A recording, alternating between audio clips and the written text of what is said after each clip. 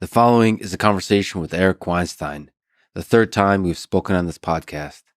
He is the wise turtle, Master Oogway to my Kung Fu Panda, one of my favorite people to talk to in this world. A complicated and fascinating mind that I'm grateful to have the chance to accompany in exploring this world through conversation, on this podcast and on his, the latter called The Portal. Quick mention of each sponsor, followed by some thoughts related to the episode. First is Grammarly, a service I use in my writing to check spelling, grammar, sentence structure, and readability.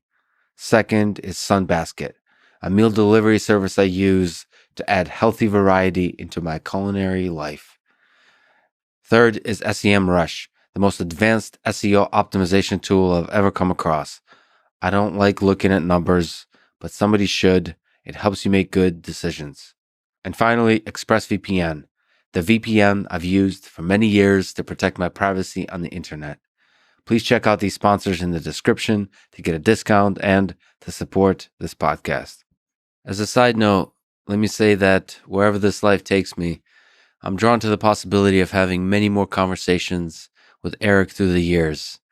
I think we have just the right kind of contrasting worldviews and a deep respect and appreciation of each other's life stories that creates for this magical experience in the realm of conversation that feels like we're always looking for something that we never quite find, but are always better for having tried. I'm not sure how or why the universe has connected Eric and me, but it did. And I would be a fool not to trust its judgment and enjoy the journey. If somehow you like this podcast, please subscribe on YouTube, review it with 5 stars on Apple Podcasts, follow on Spotify, support it on Patreon, or connect with me on Twitter at Lex Fridman. And now, here's my conversation with Eric Weinstein. Who's the greatest musician of all time, would you say? We were just off camera talking about Eddie Van Halen. He unfortunately passed away. Who's the greatest musician of all time? Yeah. Jonathan Richman. Who's that? It's a weird question, so I'm going to give you a weird answer. It's not because... Thank you. Okay. Jonathan Richman, the reason I'm picking on him is that he had a quote. He was the front man of a group called the Modern Lovers. And his quote was something like, "We have to be prepared to play music when our instruments are broken, the electricity's out, and it's raining," something like that. And I thought that that quote was very interesting because what it said was, you have to be able to strip this thing down farther and farther back to get to something that is intrinsically musical. So we were having a conversation just now about virtuosity. We're talking about Eddie Van Halen and his recent passing. And that affected me emotionally. I don't know whether it affected you. I was never a Van Halen, the group fan, but I revered Eddie Van Halen's capacity for innovation. Just, I saw him like, Rodney Mullen, the skateboarder. I had dreamed of having the two of them on the same podcast just to talk about what it's like to totally discontinuously innovate. And you posted a video of Spanish Fly, I think, and saying like, I didn't know the guitar could make those kinds of sounds. Like, what is this voodoo magic? What is it? Well, this is the thing, right? The arpeggios that he did on a single string are so fast, and the attacks from the hammer-ons, when they go at light speed as he did, particularly, and the reason I chose that is that I wanted to strip out the electronics, because part of the claim will be is that he's a rock musician, and a lot of the innovations had to do with things peculiar to sort of the electrified setup. You know, his use of the whammy bar, for example, or the Frankenstrat that he built from different pieces, right? All of those aspects, in my opinion, are just dwarfed by his innovation and his musicianship. And that's why I chose Spanish Fly, because everyone, of course, will go to something like Eruption or Running with the Devil, which is the first things that they heard that let them know that there was a new force erupting out of Southern California that was Eddie Van Halen, right? I mean, I'm in love with the story of it. You're often so poetic about music.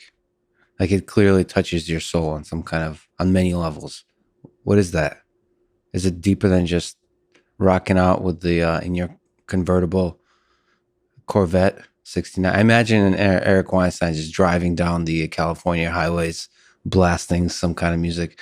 Is it just like being able to be carefree for moments of time, or is there something more fundamental that connects to like the theory of everything in physics and life and all of that?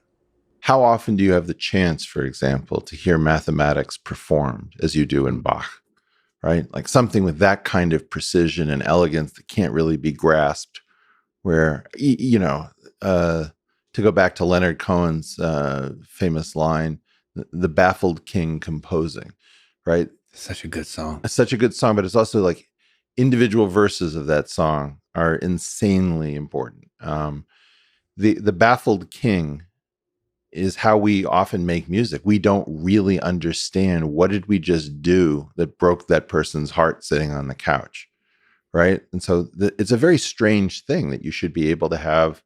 Think of it like you're a computer. You've got this weird open music port, port 37.8, Mm-hmm. like it's not even supposed to be there. And suddenly somebody starts playing a guitar and they're making you feel things. Or, like in particular instruments like the violin, it's so difficult. It's so unforgiving. And when it gives up its secrets, it just, it wraps its fingers around your heart and won't let go. Sometimes I talk about head, heart, and loins.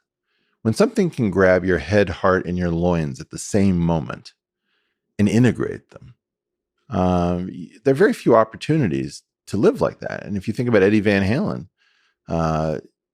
as far as your head, the musical innovations and the fact that he was drawing directly from the classical canon, really speaks to the idea that maybe rock is what somebody like Jimi Hendrix saw it as being, an infinitely extensible medium.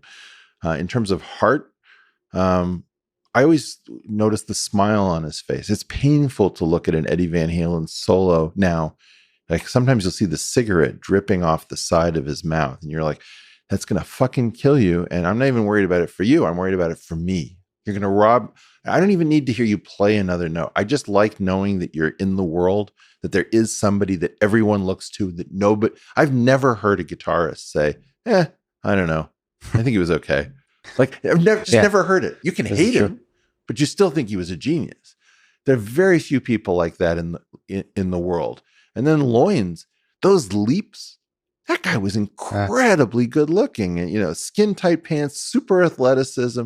Yeah. He completely owned the male sexuality of the stage, both being the completely dominant, sort of mythical alpha male. I hate that expression, but there you are. But also this kind of little boy with this mischievous smirk and, the sense that it all came together. How could you not eat that up? You could just imagine the millions of like young teenage boys who are just like playing air guitar in their room. Just that, basically dreaming of being that kind of God. The most perfect example of what a human being can be. Yeah. It's fascinating to think. It is. And then, as in many of the cases with these bands, you get these multiple talents in the same outfit.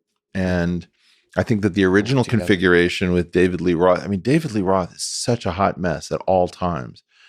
I would love you to talk to David Lee Roth. Like if that dance would be just gorgeous. I don't know.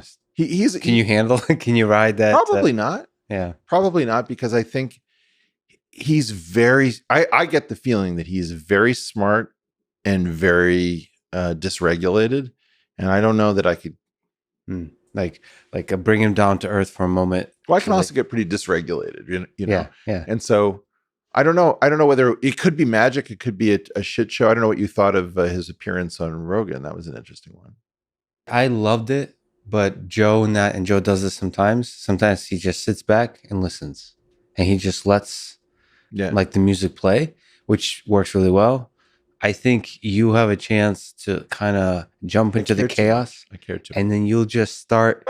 And the places you'll go, you may not even talk about music for like hours. It might just go to this, because he, I think, lives in Japan. Like there's a weird... He's been in like an EMT after he was a rock star. He chose to become I don't know. It like... There's depth to that man that hasn't been explored by him either. So that'll be an exciting conversation. Can we go back to Leonard Cohen? Yeah. Can we just the things I feel when I listen to Hallelujah by Leonard Cohen or anything by him really, but that one, Do you really want to get into it? let's go. What does that song mean to you? Is it love? Oh boy. Well, first of all, it's mystery. Like it starts off about mystery. So what are you doing? You're doing this alternation between the two chords, so three notes at the same time. One is called the tonic, or you have the major and the relative minor, and he's alternating between them. There's only one note of difference between those two chords. One of them would be feeling sad. One of them would be more joyous, typically described. And so by altering one note, it's the minimal amount to take you back and forth between joy and happiness as that's encoded in us. So he starts off with that. I heard there was a scene. David played the Please the Lord, but you don't really care for music, do you? That's really interesting because he's using this technique called bathos, right? So the alternation between the sublime and kind of the guttural or ridiculous or the mundane, right? Mm-hmm. So he's like... but there's a bitterness to it too. Is it just play? Well, the way I hear it, again, a great song allows for different interpretations. You happen to be asking me, so I'm going to impart some stuff that probably isn't in the song, but why it speaks to me, that's what makes it great. Yeah. The way I hear it is he doesn't believe the audience. You don't really care for music, do you? Then what are you doing listening to this, you stupid idiots? Yeah. Of course you care for music. You're too cool to care. So I see through you and screw you. That's like that's the energy I get out of it. Then he does this weird thing. It goes like this is where he should put the description of where he is in the chord progression, which is the tonic, right? It goes like this. And then he hits the fourth and the fifth, which are the two other major elements, the subdominant and the dominant, in functional harmony. So he's describing the chord progression in real time in the lyrics. And there's two ways this can come about in other songs. Like we had this example of Every Time We Say Goodbye. Do you know the song? Every time we say goodbye. No, I think it was Cole Porter, maybe, or Gershwin, maybe Porter. I don't know. I cry a little. There is no love song finer, but how strange the change from major to minor. Right? Like it's beautiful use of it. Wow. Then there's times when it's duplicitous. So, for example, you'll have. I guess my favorite examples of this are Johnny Cash's Ring of Fire. Mm-hmm. I fell into a burning ring of fire. Then what does he do with the lyrics in the tune? I went down, down, down. He goes up. Yeah. Right. And so the idea is like, oh, okay, that was a head fake. Yeah. Right. And another one of these, is Nina Simone's Feeling Good. Well, okay. So what do you get at? Birds flying high. You know how I feel. And sun up in the sky. You know how I feel. That woman's voice. She doesn't give a damn, and yet she's and I'm feeling it. But then what's the da-dum, da-dum? Yeah. It's like heavy stripping music. It's you're not in a good place. You're probably in some strip club with the last of your money. You're drinking lousy beer, some bad situation. Yeah. And she's feeling good? No, it's funereal. It's oppressive, right? I never thought of that song that way. Wow. Well, you think of it as joyous? Yeah. No. If you think about it, contrast it with Ray Charles, for example. Do you know Lonely Avenue? He goes, well, my room has got two windows, but the sunshine never comes through. It's really depressed. It's the same sort of vibe as Nina, but she's claiming that she's in great shape. So she's like a good case of the unreliable narrator. Leonard Cohen, to me, is talking about the unreliable audience that's too cool to be with the performer on stage. There are things that go with the music, like the Cole Porter stuff, that go against, like the Johnny Cash. I think these are the games that musicians play that the rest of us only sort of notice subliminally. Okay? Fourth, the fifth. And then he should say something about the relative minor or he's giving you the secret, the baffled king. Completely. In other words, he doesn't know why it works. Yeah. Did Pachelbel know why Pachelbel's canon would work? Yeah. It was a discovery. That's the whole thing. Like some music is discovered and some music is invented. And he's talking about a musical discovery. He's talking about the Pythagorean power of the wave equation, and then superimpose, like, there's two genius intellectual concepts behind music, one of which is the wave equation. Usually we solve it for a one-dimensional medium because we're talking about strings or air columns. Occasionally you're talking about things like handpans or steel drums or metallophones or gamelons, whatever. And those have a wave equation too that's much more chaotic. The other equation is this crazy thing that 2 to the 19/12 is almost exactly equal to 3, which is what gave us even temperament. And so the tension between those two things is, in fact, one of these most beautiful stories. Inside of that system, that formula of the baffled king is a discovery. He's not really composing it. The reason he's baffled, imagine that you took like a little brush and you started brushing off, a pyramid under the sands. You might think that you created the pyramid by your brushing, but in fact, somebody else did it. That's why you're baffled, right? That's beautifully put. You're right. And as creating one of the greatest songs of all time, and as he's doing it, he's baffled. And it's meta. Leonard, he's within the song. And Leonard is baffled, is my contention. But he knows enough to know that he's baffled, right? And so the idea is that he is composing. He has the audacity to compose as David. He's echoing David at a minimum. And then in a later song, which I really wish we would discuss, that's totally dystopic, and you will not like it at all, is The Future, which contains this line that I think I used in my episode with Roger Penrose on The Portal. Note the subtle plug. The portal. I'm the little Jew that wrote the Bible. So there is this way in which Leonard Cohen, I think, is constantly coming to the idea of being a biblical-like scribe. And I think this is one of the great things that, you see Dylan doing this with All Along the Watchtower. You saw Warren Zevon, who we should talk much more about, doing this with a song called I Was in the House When the House Burned Down. Do you know this thing? Mm-mm. No, this is embarrassing. Oh, sweetheart. This is a great day. Darling. Warren Zevon is one of the most important songwriters of our time. And he's been largely forgotten by this generation. But, Bob Dylan would sing one of his songs in tribute. I've heard Bob Dylan, very small number of songwriters really move him. Woody Guthrie, Gordon Lightfoot, and Warren Zevon. By the way, Bob Dylan, if you're out there, appear on either one of our podcasts. We need to get your voice into a new medium for a new group. Definitely. This is a time for Bob Dylan, my friend. Honestly, you've been doing an amazing job in this space. One of the reasons I'm super excited to do this podcast again is that I've learned some things about what I don't do well.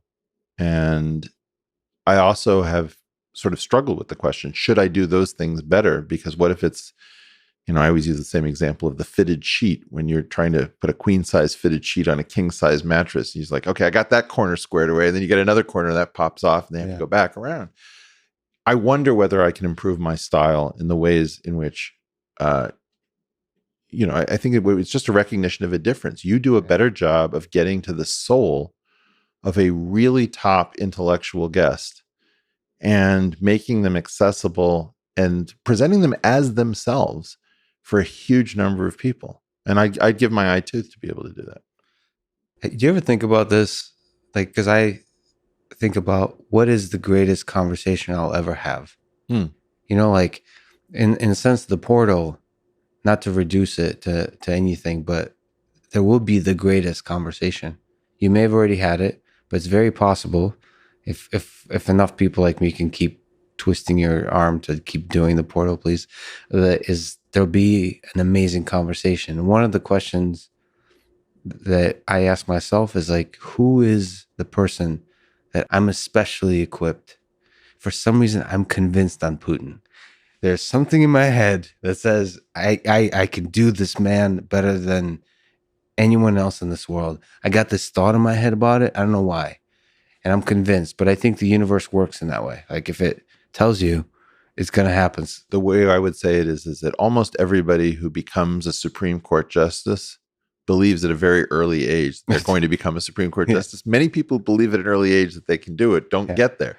But of those who get there, almost all of them had this sort of, well, I call it pathological self-confidence. And I do think you have pathological self-confidence and you also have humility. And most people would hear those as a contradiction. I think that you would not be able to get away with what you do if you didn't have the humility.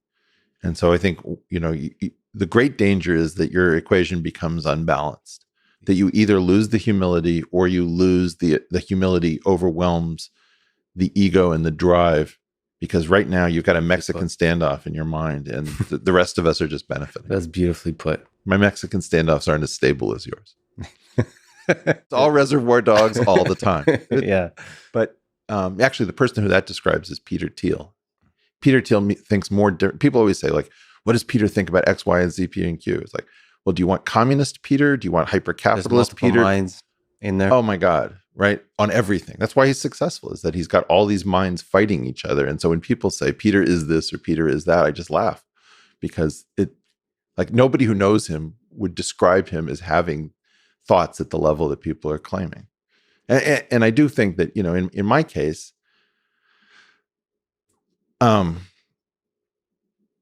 there's also pathological epistemic humility. Like, just, I know how little I can do in one life. I know how many things I've screwed up. I know how many things I've got wrong.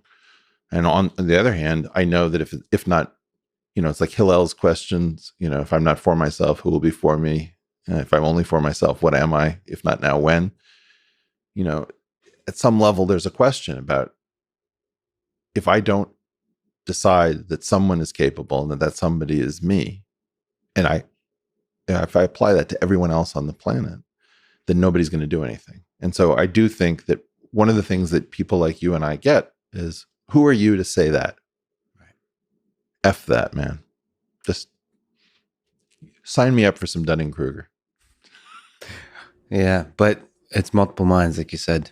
Like this morning, I was feeling so good and confident I couldn't think no wrong. And I remember last night clearly thinking that I'm the dumbest human who's ever lived. Yeah, and great. Nothing I've ever said is worth anything. What the fuck am I doing with my life? Why am I scared? I was terrified of this conversation. Who the hell am I? This conversation? Because I'm an idiot. And because, Lex, but no. But this morning, I was the baddest motherfucker who's ever walked this earth. So I was very conscious. I think it was the coffee. I'm not sure. Maybe some sleep. This sounds very Russian, and it involves multiple beverages, some of them being alcoholic, others containing caffeine. There's, in fact, I can't share the story behind it, but there is a bottle of vodka in the fridge. Okay. So, I should have hit you for coffee, because this is a morning show here. So I put out a call that we get a chance to have this conversation, and people ask these wonderful questions. A few people asked about depression and suicide.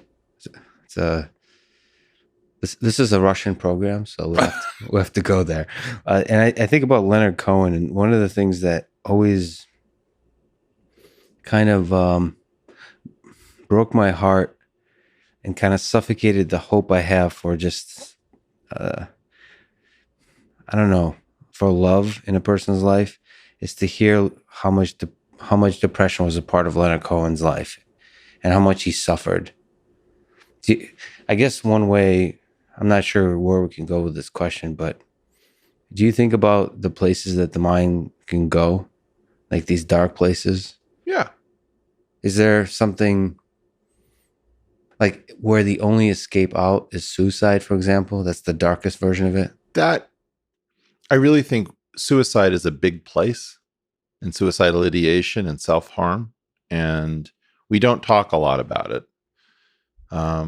It's a similar problem to trying to talk about trans. These are umbrella categories, and if the commonality is that somebody harms themselves, but we don't know whether that's coming because of a problem in brain chemistry, because of an event in their life, whether evolutionary programming for suicide is weirdly normal, whether or not it might have a religious motivation. There's too many different forms of self-harm. It's something like the 10th largest killer or thereabouts. And I think that, you can look at it from different angles. I'm old enough to have, had Pete Seeger come to my college when I was at university, and to watch his good humor in the face of all adversity. I think of Odetta. I used to go to Odetta concerts. I don't know if you know who she is. Mm-hmm. Okay, this is going to be one of the better days of your life. Check out Odetta. When we're done with the interview. She was a civil rights figure, but also just had a profound voice and great musicianship. These people were in the struggle, right? And they saw lots of bad things happen, and they kept their humor about them. And, the thing is that you can take on the Weltschmerz, the pain of the planet, or you can try to do something else, which is to be a happy warrior, even if the odds are terrible and the cost of failure is catastrophic. So even when surrounded by darkness. But the thing is with Leonard Cohen is he created such beautiful music, and yet it's like Anthony Bourdain, the same. And yet they go to this dark place. And it's easy to say it's just biochemistry. No, there's a linkage between this highly generative, creative side and, in some cases, dark depression. In other cases, not. So you can't say that it's tied, that genius and madness are always, co-traveling, or that beauty and pain are one and the same. What you can say is that there's a cluster of people that tell you that for that cluster, there is a relationship between the darkness and the beauty. And I do think that in part, it's squaring circles that can't be squared. We were just talking before about the inability to serve two perfect systems, the perfect system of the wave equation and the perfect system of even temperament. They're both perfect. They're not compatible. And once you realize that there is perfection and an inability to make contact with perfection, I think, you recognize that there is no solution to this world. Yeah. That's weird with the poets and musicians. Do you want to say this is a particular thing that you do, but then there's Spanish Fly by Van Halen. And then you realize, well, what do you get out of Spanish Fly by Eddie Van Halen? I think it's very singular because of the fact that it's purely acoustic. For some reason, I couldn't imagine Eddie Van Halen separate from the band in front of thousands of people, just screaming and rocking out with lights everywhere. And Spanish Fly made me think it made me imagine him sitting alone on a couch in a room. I think that's who he was. I really do. I mean, it's, believe me, I get it. Yeah. He was a rock star. He was a rock guy. Got it. I'm almost positive that you can't get to where he got to without being a complete introvert. Yeah, it made me imagine that there's some half-naked supermodel walking around hoping that they can, do their thing together. And Eddie's completely disinterested. He'd be with the guitar. Right? Yeah. Because honestly, at some level, in one case, maybe you're conquesting, maybe you're pursuing love and romance. In the other case, you're talking about a relationship to the order, the creator, the almighty, whatever it is you want to call that substrate that is reality. And, do I believe that Eddie Van Halen and Jimi Hendrix and Paganini and Heifetz jacked into the true essence of the world? Yeah, they did. I don't think it's as good as differential geometry. I'm sorry. I do think it's amazing for other reasons. And thank God, because it's very difficult to communicate differential geometry at scale. But the thing about eruption, for example, mm-hmm. What level do you want to come into eruption? Do you want just the sheer majesty and pageantry? Do you want the theatrics? You could put him on wires and, set his pants on fire or whatever. And, it'd be totally in keeping with it. On the other hand, you want to talk something completely precise that, shows off the virtuosity of what's possible with a Stratocaster. Everything works. Multi-axis. But there's a precision to it, which is very different than Hendrix. There's a messiness to Hendrix that, to me, somebody who has OCD has always been How does Hendrix struggle. affect you? I mean, let's have the Jimi Hendrix conversation. I don't know that we can do anything to it that hasn't already been done to it. Maybe that's not true. Maybe the idea is that every generation has to have its Hendrix conversation, and this is a long form. It's Jimi Hendrix experience. Yeah. It's so funny. Yeah. I hear he stole it from Joe Rogan. Yeah. There's so many details. One, it hurt my soul on so many levels that you can put a thumb over the guitar to play a note, to hold a note.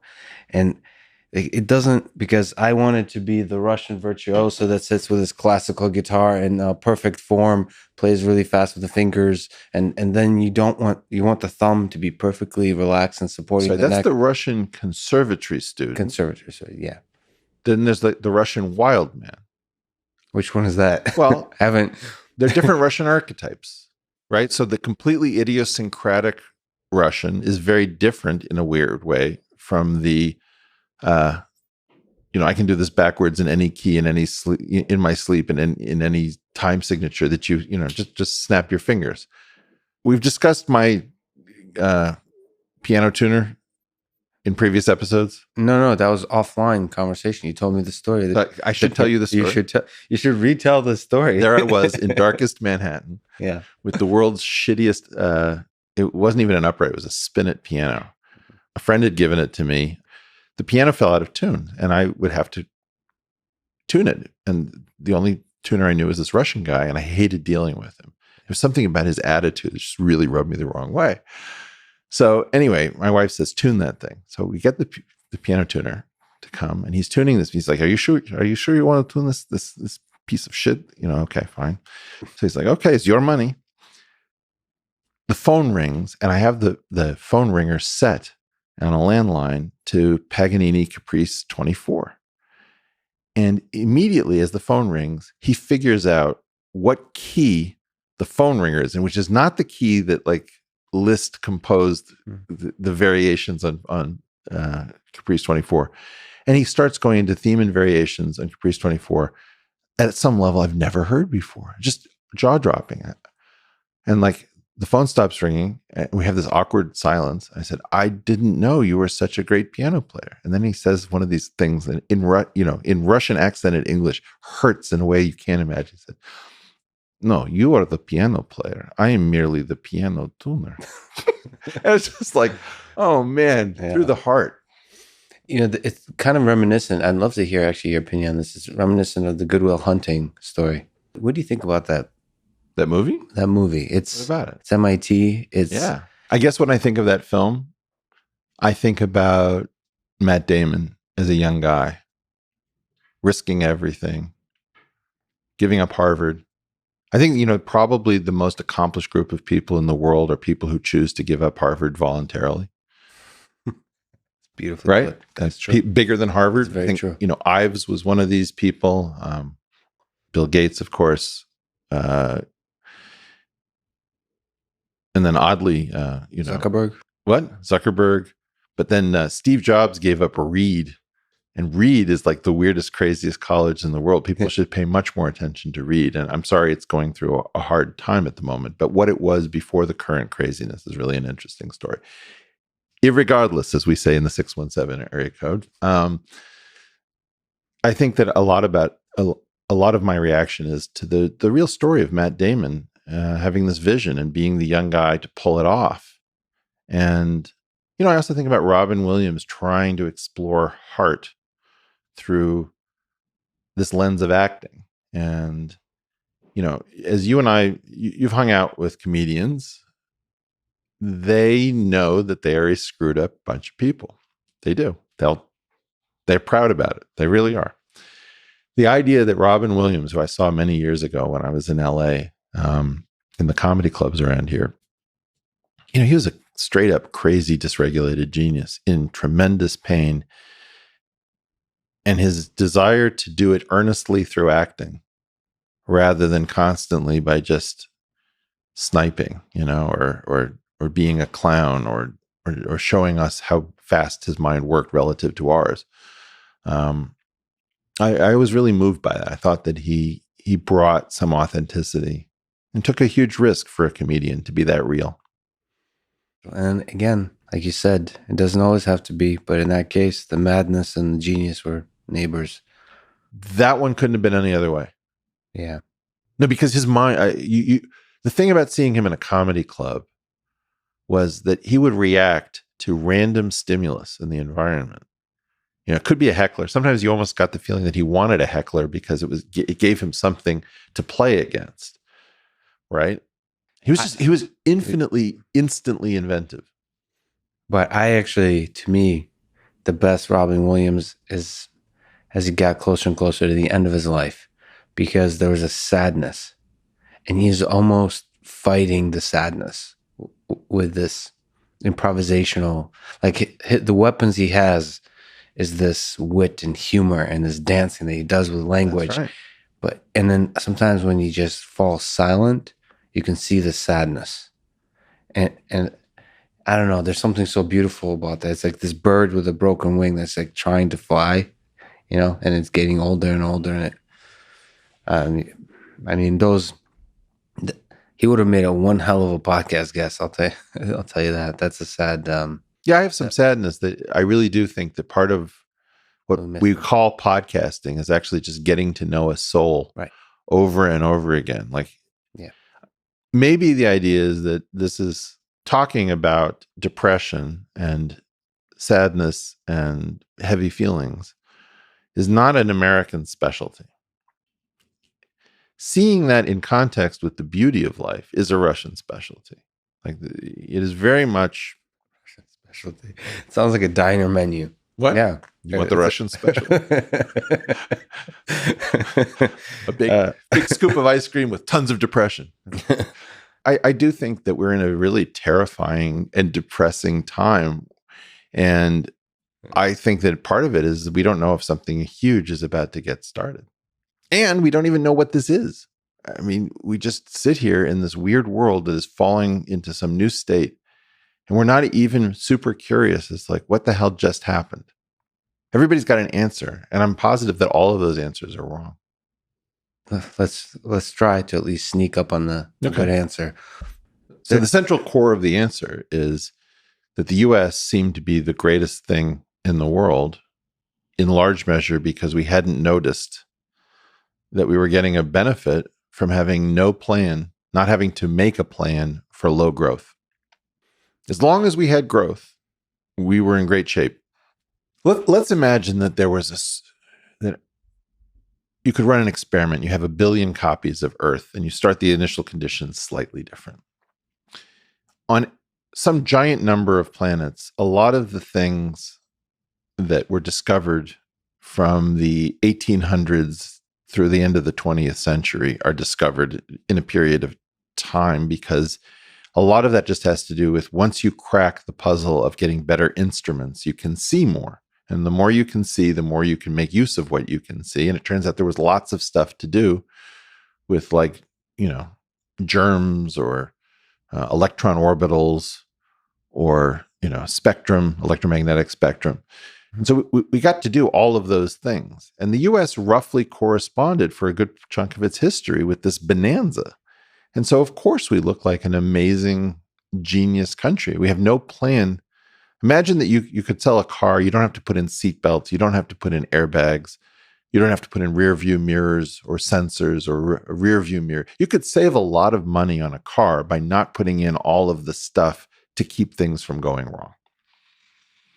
And I think that's what we had. We had a machine that, as long as growth was insanely good, we plowed it back, the riches and spoils and treasure back into the system and made more genius stuff. And we carried along a good chunk of humanity, hundreds of millions of people. We did not have a plan for what happens when the growth goes below the stall speed of our society. How confident should we be that the growth has slowed in a way that is permanent rather than a kind of slap in the face where it's not the right concept. The right concept is, I try to use the same words over and over again in case people see mold, because then the perseveration actually gets somewhere. So I use this analogy of the orchard because everyone talks about low-hanging fruit.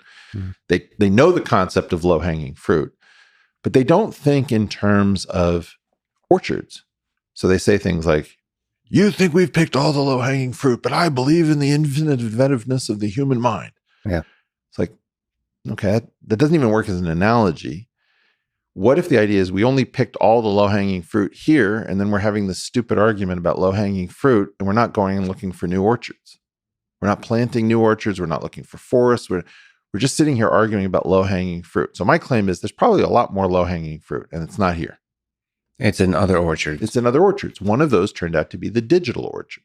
The digital orchard has not been as stagnant as lots of these other, like the chemical orchard, you know? I have faith that there's a small percentage of the population, but not zero, that's looking for those other orchards. Like, I'm excited about one of those orchards, which is, I believe there'll be robots in everybody's homes, and that will unlock some totally new thing, totally new set of technologies, ideas, the way we live life, the productivity, everything. It'll change everything. So I'm excited about that orchard. So I'm roaming that orchard and wondering how the hell you kind of bring back, like the ant that finds a new source of food. Yeah, I'm trying to find an apple I can bring back to the great. So you're in an Exploridium. And do you have faith that there's enough of those? I don't think there are very many of us. I mean, I'm one of them too. Yeah. How many does it take? It takes one ant. It takes one ant. What are you talking about? How many Elons does it take to screw in a light bulb? Okay. Let's imagine that imagine some ant goes and finds a new source of food. Yeah. Right. And then it comes back to the colony and it says, hey, I think I found a new source of food. And the initial reaction is, you're not authorized to find new food. What? Why would you try to go find new food? We're going to remove you from Twitter. Yeah. And by the way, I think the fact that you think you're allowed to go find new shows how privileged you are as an ant. Get out of the colony. Kill him. Well, that's probably not a great model for finding new orchards. And I think that what we find is that where there's a system that allows somebody to ascend without a lot of gatekeeping, you can have that. But, I saw this happen in hedge funds. Hedge funds for a while hoovered up a lot of talent because they were places that had funding and had freedom. And in general, really smart people want to be free, and they don't want to think a lot about how they're going to, feed themselves. They want to get lost in their minds. So you can either give them productive places to play, dangerous places to play. They're either going to break into computers or find vaccines for you or build bombs or build companies. And we're not providing for the people who have to disrupt and have to innovate and trying to channel that effort. We're so focused on this other thing, which is like fairness and safety. And fairness and safety, by the way, are really important. I don't want to denigrate them. But the singular focus on fairness and safety without, in the same breath, being focused on growth and discovery and creation is going to doom us, because what we're talking about is we're always talking about divvying up the pie that is, as opposed to the pie that will be. Imagine that you spent all your time trying to divvy up the 13th century pie and you destroyed your ability to get to the 20th century. You'd be an idiot. But one place I think I disagree with you is I don't think you need that many people to empower the geniuses, the innovators, the people who refuse to spend most of their days in meetings about fairness. This is good. Let's have a disagreement. I think podcasting, whatever you call that medium, is just one little example of a tool that you can give power to. Like, you and your podcast can have the next Elon Musk and make him a star. Now I see where you're going. Okay. There has been a series of places for people to play and be free. And we've lost them successively. What's a good place you remember? Because I disagree with you there too. I think they're still there. You can still play. You interviewed Noam Chomsky. Yes. Okay. Noam Chomsky comes from an era where you can play. Where you could play. At MIT. At MIT. And you can't play. This is where I disagree with you. We've already had this. But go check the Clips channel for the Lex Fridman podcast. I think I wasn't brave enough at that time, and I'm not really brave enough No. Come on. Because I Where's don't. the vodka? It's a feeling, and people are going to tear me apart. Oh, what are you? And you speak from emotions and facts. No, wait. The feeling. Whose podcast is this? It's yours. Yes. Okay. Tell the people who are currently editing your brain, because I saw that move right now. Yeah. That they should go find another podcast. Right? Let's get rid of some of your audience right now. Yeah, please go find another podcast if you're editing my brain. Nevertheless, all the self-doubt, they're sitting in that brain. Oh my God, I can't stand to watch this. But all right. Yeah, okay. What is this self-doubt loop that you're in? The thing is, when I walk the halls of MIT, there's bureaucracy, there's administrators that never have done anything interesting in their entire lives. There's meetings, there's all the usual crap. All the usual crap. But there's, in the eyes of individuals, there's this glow of excitement that has nothing to do with career. I understand this.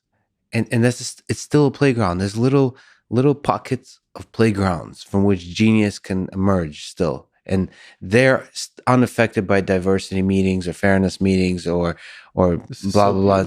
I love to hear this. Yeah? Well, you don't think so? I don't believe it. Because I've watched the change, Lex. I've watched people edit. We are all editing ourselves all the time. I remember my old mind. I liked it better. All of this relentless focus on critical race theory and, critical theory, postmodernism, fairness, social justice, it's making many of us into worse people.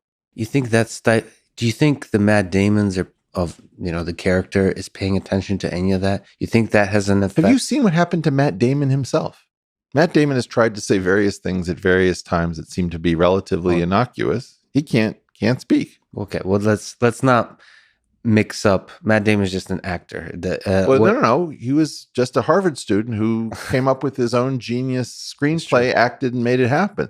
No, but we're somewhere else. You don't think you can build a rocket company out of MIT still? I think that there are things that you can still do, but we're losing them. We lose them. We keep losing them. I would say the biggest problem here, let me just say what I think the solution would be is to fire anybody who's not faculty, especially young faculty should have way more power, and administration should have much less power. Because right now, the administration, whom used to be faculty, but they've lost the fire, the spark that gave them, they've lost the memories of the playground. And so the people that admire and love the playground, you could see it in their behavior, should have way more power. And so we should create systems that give them power. Lex, you're very idealistic. Yeah. And you've got a huge heart. It's a weird time because I don't want to dissuade you from believing beautiful things. Because I see how potent you are. You do all these things: jiu-jitsu, guitar, podcasting, programming computers, et cetera, et cetera. I don't think you're right. I think we're in a really deeply screwed up place where even the tiny number of... Let me give you an alternate version of this dystopia. I do think that there are people who are capable, and there's still places to play and cause things to happen that progress the story forward. But if you look at the fire that some of the people are in who fit that profile, how much crap has Elon Musk taken? Quite considerable. Right? And not much admiration from the... Craig Venter, Jim Watson. These are very difficult people. Steve Jobs is a very difficult guy, Yeah, it is a bit heartbreaking to me. I mean, everybody is different generations. My mind is a little focused on Elon Musk because he's the modern person. Well, you know him. I mean, he's a person to you. It hurts my heart to see how few faculty and people with Nobel Prizes and so on admire Elon. How little he gets a lot of fans from people who buy his products and young minds, just excited. But why don't we as institute? Why doesn't MIT say that we somebody amongst us will be the next Elon Musk and we want to encourage them? Say that in meetings. Say that that's success. No kidding. for us as MIT. And instead there's this jealousy. It's like, Well, here's the did you hear what Elon Musk tweeted? Did you see, like, how irresponsible is what he's doing? How like just saying all these things that are just dripping with jealousy and basically I want what he's got. That's the thing, right? and if you, here's the weird thing. Rivalry has a different signature. You see, when you know that you're never going to make it, that's the position you take. What is it in Kung Fu Panda, which you've watched now? Yes. What does Tai Lung say when he's looking for the Dragon Warrior and the Furious Five come to defeat him on the bridge? One of them gives up Poe's name accidentally, and Tai Lung hears it. Poe, so that is his name. Finally, a worthy opponent. Our battle will be legendary, right? Yeah. He's excited. Why is that? Well, you learn about this in boxing. Sometimes you'll see a division or an MMA, which is lousy with talent. Just, you can't swing a cat without hitting an amazing, amazing athlete. Sometimes you'll have a division which at that particular moment has one star and no real competition in that weight class or something. That person is in bad shape because you can't build a legend without the other. When you think of Muhammad Ali, what are the names that you immediately think of? Yeah, you have to Frazier. You have to think of the other heavyweights. Liston. Right? Yeah. So those opponents are in part what made Muhammad Ali Muhammad Ali. And that's, that's why the Mayweather McGregor revelation that, okay, this guy's got his opponent's picture in his house. How weird is that? Well, because without the opponent, you may not be able to get there. Now, I am not a huge fan of the wrong kinds of rivalries. Do you have examples in mind? Well, there are rivalries where people take each other's credit and screw each other over. And then there are other rivalries like the RNA Thai Club, where these guys were so in love with what they were doing that they couldn't wait to share everything. And like Nobel Prizes were so abundant that, most people got Nobel Prizes just for being a member of the RNA Thai Club and doing cool stuff. And yeah, that's the golden kind of sweet spot. Most of these people can't do what Elon's doing because they can't break rules. They can't take the pressure. I'll tell you what really concerns me about your perspective. I think that there are a lot of genius ideas inside of people who don't have the stomach for conflict and derision.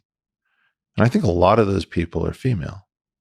And I think that until we come up with a world in which we can swat down the trolls, where we can actually cause the trolls not to ruin everything. And I don't necessarily mean by shutting them up. I don't necessarily mean by being brutal to them, but somehow separating off people who are working and people who are trolling.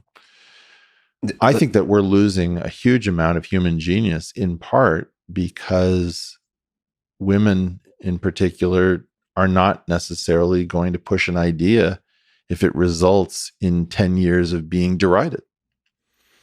Very few men are willing to do that either. But there are some of us who are so dumb that we will pig-headedly stick to an idea for 10 years, even if the world collapses. I don't think that there are as many women who are going to make that calculation, even if they know the idea is correct. And one of the things that I believe technology can help us fight the trolls of all definitions of troll. Like, I believe that a better Twitter can be built. Interesting. I do not. I don't believe that a Twitter successor can be built that solves most of the problems. I think you can always improve what we have. But I don't think that converges in something that really works, because I think ultimately the problem isn't Twitter. The problem is us. For example, I recently made a very disturbing realization, which is academics and trolls have very many similar behaviors. Absolutely. It's largely a trolling community. I tend to believe that the trolls are not, it's like the Peter Thiel mini mind idea. Yeah. Which in all of the trolls, there's the possibility of goodness. And all you have to do, not all you have to do, what you have to do is create technology that incentivizes them to embrace, to discover, to embrace, to practice the better angels of their nature. And I believe that like the people actually want to do that. The trolls is a short-term dopamine rush of childish toxicity that all of us want to overcome. I believe that like deep within, we want to overcome that. I try to keep myself from believing what you believe. Because you'll be disappointed if it's not because true. It's dangerous, because a lot of these people are implacable foes, and there aren't many of them, but when you meet somebody who's like, yeah, I just like screwing people up. I'm here for the pain. I just believe even in them, there's a wonderful book that I'm going to recommend to you, where I hope this comes from. Maybe I've got the source wrong, but in any event, it's a great book called Maximum City, about Bombay. Mm-hmm. And I believe the conceit is that the author leaves Bombay as a kid and comes back as an adult, and he realizes he has to rediscover the city because he can't live in the city he left. So he gets in contact with all of the weird areas of the city, and one of them is the underworld. He hangs out with the police, but in the underworld, he's talking to contract killers. And he says, it's really weird. Everybody pleads for their life right before I kill them. And they always say this thing about, I've got 2 kids at home. He says, never say that to a contract killer, because we have terrible relationships with our parents. Doesn't endear us to you. And I was just thinking oh, wow. So there's a minus sign in front of that statement. You're sitting there saying, I've got a 3-year-old. It's like, okay, well, I'm going to take this POS out of that kid's life. Maybe he'll have a chance. You don't know how people are wired. And as much as I hate to say it, there are people whose wiring is so disturbing and so different from yours that you will never guess why you can't reach them or how much pleasure they may have gotten, because they may have gone over a point of no return. Nevertheless, you are just a smart guy who is using his intuition to make a hypothesis. You do not know this for sure. No. And I'm whatever the hell I am, that has a different hypothesis, that even in the darkest human beings that seem to be only full of evil, there's a good person there that could be discovered. And Lex, one of the reasons I love doing your show is that you have these beliefs, even as a Russian. Now, the Russian special. As you know, there is a weirdness, which is a total cynicism and total idealism locked together, right? That's very much a part of the Russian character. The reason I was kept bothering you to have this conversation is I'm really worried about the next couple of months. No kidding. And if there's anybody in this world that could help alleviate my worry by at least walking along with me through this worry of mine, it's you. Do you think we're headed towards some kind of civil war? Some kind of division that explodes beyond just stuff on Twitter, but something that's really destructive to the fabric of our society? Well, I believe we're in a revolution, as you know. I've called it the no-name revolution or N-squared revolution. I've been talking about it for years. I think waiting for this to be called a civil war is not smart. Only history will call it such. Fine. But I think that the problem is that you're encountering things that you've never seen, trying to fit them into things that you already know. Right. But history repeats itself. Yes. Ish. You don't see lessons from history I do. We see today? But I don't see it repeating itself. The famous quote is that it rhymes. It rhymes. I mean, the thing I guess I'm speaking to is violence. And we're in there. The abstraction of violence. Imagine you were coding up violence as an abstract class. Okay? Thank you for speaking to the audience. Trying to lose these people. Come with me. Go on. No. I look, I've dealt with your audience, and your audience contains the smartest people around. Yeah. I guarantee you, if I say some stuff, first of all, any wrong thing that I'll say, they're going to detail. So that'll be a little bit of catnip to bring in the smart people. But they'll also digest it for each other. It's one of the great lessons of long form podcasting. If you don't waste all your time explaining things, that's the job of the audience to do amongst themselves. They're happy doing the work, and those who aren't, they leave. Isn't that great? They'll leave. The people who don't want to struggle will leave. And you can get rid of them. I think that the point is you would want to say violence is defined relative to a context. So let's call it meta violence so that we don't get into the problem. We already have a term for physical violence, right? So we have meta violence and physical violence. I would say that physical violence is subclassed from meta violence. Meta violence is the disruption of a system. It's sort of, it's for example, if a cell dies, it can die through apoptosis or necrosis. Apoptosis is controlled, programmed cell death. Necrosis is just like, okay, this didn't work. That was a violent disruption of the system. And this meta class is presumed in the documentation. Is it all negative? No. What are you talking about? But this is part of the problem and the madness of our age, right? Which is, if you open up a drawer in your cabinet, right, in your kitchen, and you see knives, spoons, and forks, do you have a sense that the spoons are good utensils and the knives or forks are bad utensils because they're mean? I mean, like, if you start thinking in these terms, that knife is there to do violence. That's violence you want done. Right? When I cut a mango, I'm doing violence to the mango. The mango expects that I will do violence to it because otherwise I won't be able to get the meat, and it won't get its seed spread somewhere else.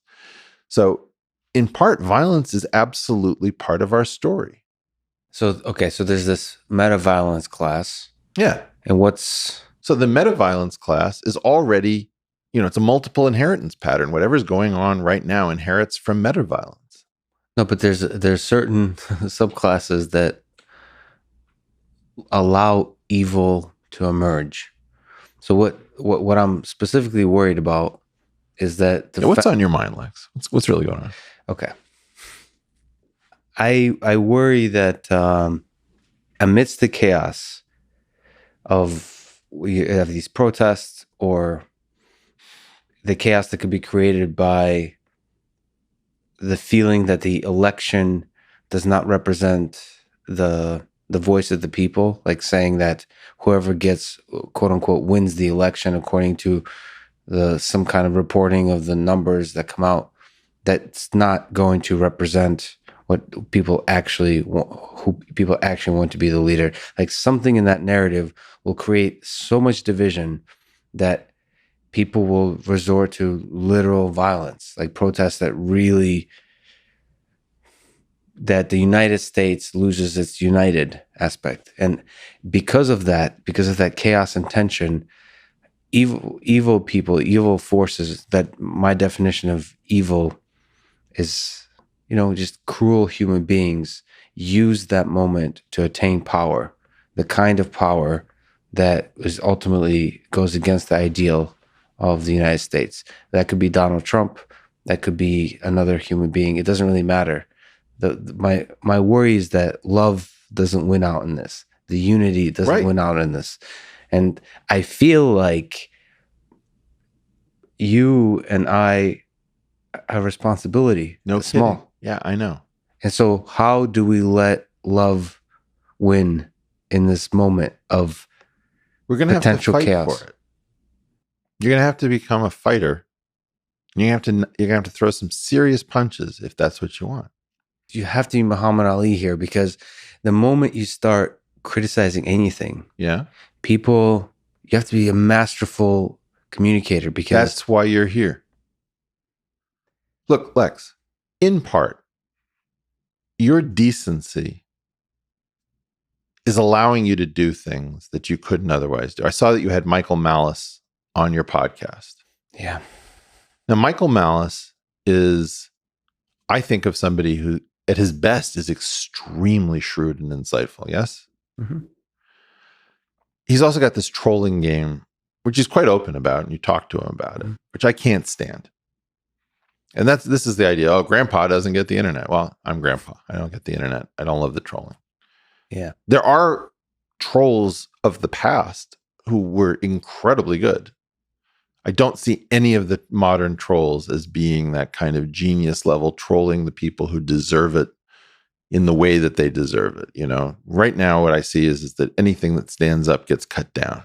Yeah. You know, it's like anything earnest, you have to turn into cynicism and a meme. And it's this idea that the people who believe that the world is chaos and has no point are constantly trying to let you know, don't try to use the internet for meaning, for decency, for goodness, because we are going to find out that that's all sanctimonious hypocrisy, and we will make you suffer.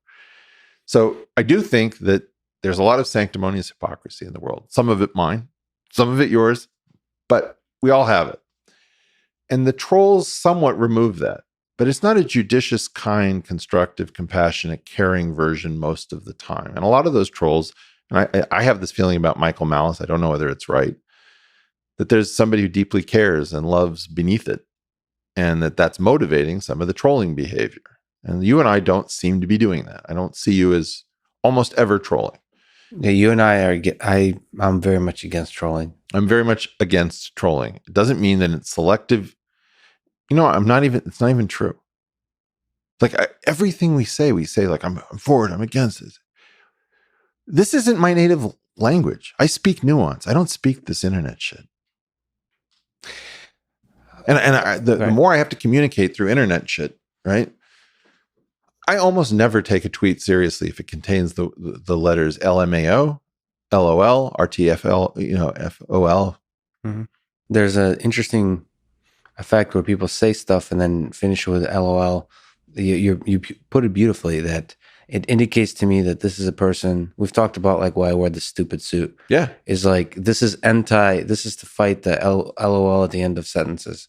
It's like, stand up for the words you're saying. Yeah. Don't finish stuff with LOL, removing completely the responsibility of the content of the sentence that preceded it.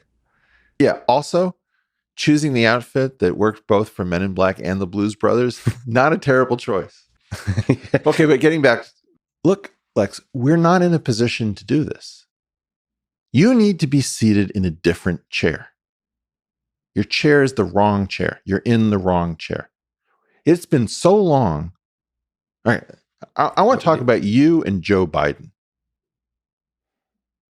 Joe Biden was a 29-year-old guy with nothing particular going on, so far as I can tell. Okay? I know people as impressive at age 29 as Joe Biden, 12 rows back, three deep, doesn't matter. Huge number of people. None of them my age can get to where he got to. Like, we're all morons. Anytime somebody takes out, like if you found Eddie Van Halen in a guitar shop, you'd be angry. What is this guy doing repairing guitars? Then somebody will say, maybe he loves to repair guitars. Yeah, I mean, what is your Russian piano tuner doing? What is my Russian piano? That was the whole point of that story, which is, what is it that happened in that life that converted somebody? And I find this, for example, with Russian doctors who are, technicians in offices now. There's a huge amount of talent in the world that's not sitting in its proper seat. Yeah. And quite honestly, I've gotten to the point where my feeling is we've got to take the seats. Right. And maybe we don't sit in them. Maybe the idea is that we take the seats and we put some smart Gen Z person in the seat and say, look, no chanting. I don't want to hear you say no justice, no peace. If there aren't verbs, if it rhymes, it's wrong. Like I used to have this thing, if it rhymes, things that rhyme are more true. Yeah. But like in general, if something starts at 1, 2, 3, 4, I don't want to hear what the rest of your sentence is. Yeah. But I feel like the responsibility that you carry, that I carry, this is where Joe Rogan generally removes himself from being, I'm just a comedian. This idea of I'm just a comedian. They all do that. But at this moment in history, like history literally can pivot on the words of a tattooed, ripped 50-year-old, comedian. And I think the same is true with you. Okay, well, I'm interested and I care. Speaking of lyrics, there are many here among us who feel that life is but a joke. That's not us. The hour is getting late. That's not us. In the song, the Joker and the thief are on opposite sides of Jesus, having this conversation over Jesus. You and I, we've been through that. That's not our fate. That's somebody else's fate to throw spitballs at the internet. That's not your fate. You're an earnest guy. You're filled with love. You're getting the most amazing podcast guests. But you can win over the internet. This is the point I'm trying to make. That you're saying I'm just a grandpa. I don't get the internet. No, I'm telling you, you're going to get bigger, and then you're going to get cut down. You're going to keep ascending for a while, Lex. And then you're saying naturally there's. I'm telling you, I watched the same process. People get up to a certain level, and one of the things that's going on, in my opinion, with Joe Rogan, is that when Joe Rogan starts to talk about his misgivings about Joe Biden, in a way that you find at any bar in America, about cognitive decline in a 77-year-old who's about to be 78, I believe in November. We have never had anything remotely as insane as a 78-year-old person slated to win the White House.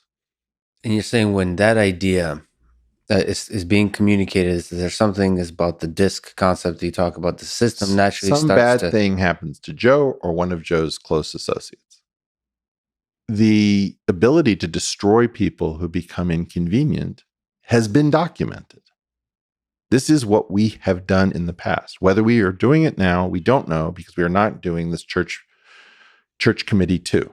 In order to know whether or not you are currently destroying American citizens, as we did in the past, and as we have documented, and as we found out in 1976, the federal government destroyed Americans who had political beliefs that the government didn't want to continue.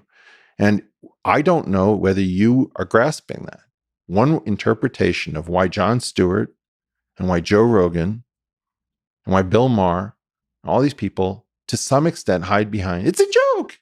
Yeah. It's because they're trying to find a protected class. Is there some place I can stand and speak the truth which does not result in my being garbage collected? Interesting. I guess you're right. My intuition is you can stand, as you gain more power, you can stand There's a fight over Joe Rogan right now. I mean, I've talked about it for a few years now. People did not understand how big that program was. People didn't understand long-form podcasting. I was derided by people who I think of as being very shrewd for believing in these podcasts as a major force. And most of the people who derided me have said, wow, did I not get things? It's like if you started to propose, you wanted to do The Sopranos in the era of 30-minute sitcoms. It's like, you don't get it, man. The American people, they're not interested in these long plot storylines. That's your weird thing. Nobody cares, dude. Everybody just wants short, fast, memorable. And like, okay, so if you do that, you totally miss the opportunity. And, the savvy people used to say, kid, let me tell you, nobody ever lost a dime underestimating the intelligence of the American people. Well, that was totally wrong because they didn't calculate opportunity costs. I have been talking about the problem of Joe for a long time. The problem is that when the system wakes up, they're going to want to control it. And they come up with new different mechanisms of doing that. I guess one interesting one is cancel culture. Well, look at the number of people around Joe who they've come after since they've realized that Joe is really big. Joey Diaz, Brian Callen, Chris D'Elia. Now, I'm not saying that those are all related, but I do notice that there are at least correlations between when Joe says something and when something bad happens in Joe's universe. It's easier for me to believe that that's happening when it's happening around Joe himself. Yeah. But I'm worried about my friend. Yeah. And I don't necessarily want to push him towards being more if he doesn't want it, because I don't want to conscript people. He's got a great life. He's got a great situation. He's done a huge service. Thank God. Do you know? Yeah. Like, yeah. How much do I owe Joe just for what he's done for you, to say nothing of what he's done for me or for Brett or for Sam or any of these people? And, you know, I'd like to think that we all try to give back, but I'm worried about Joe. He's not worried.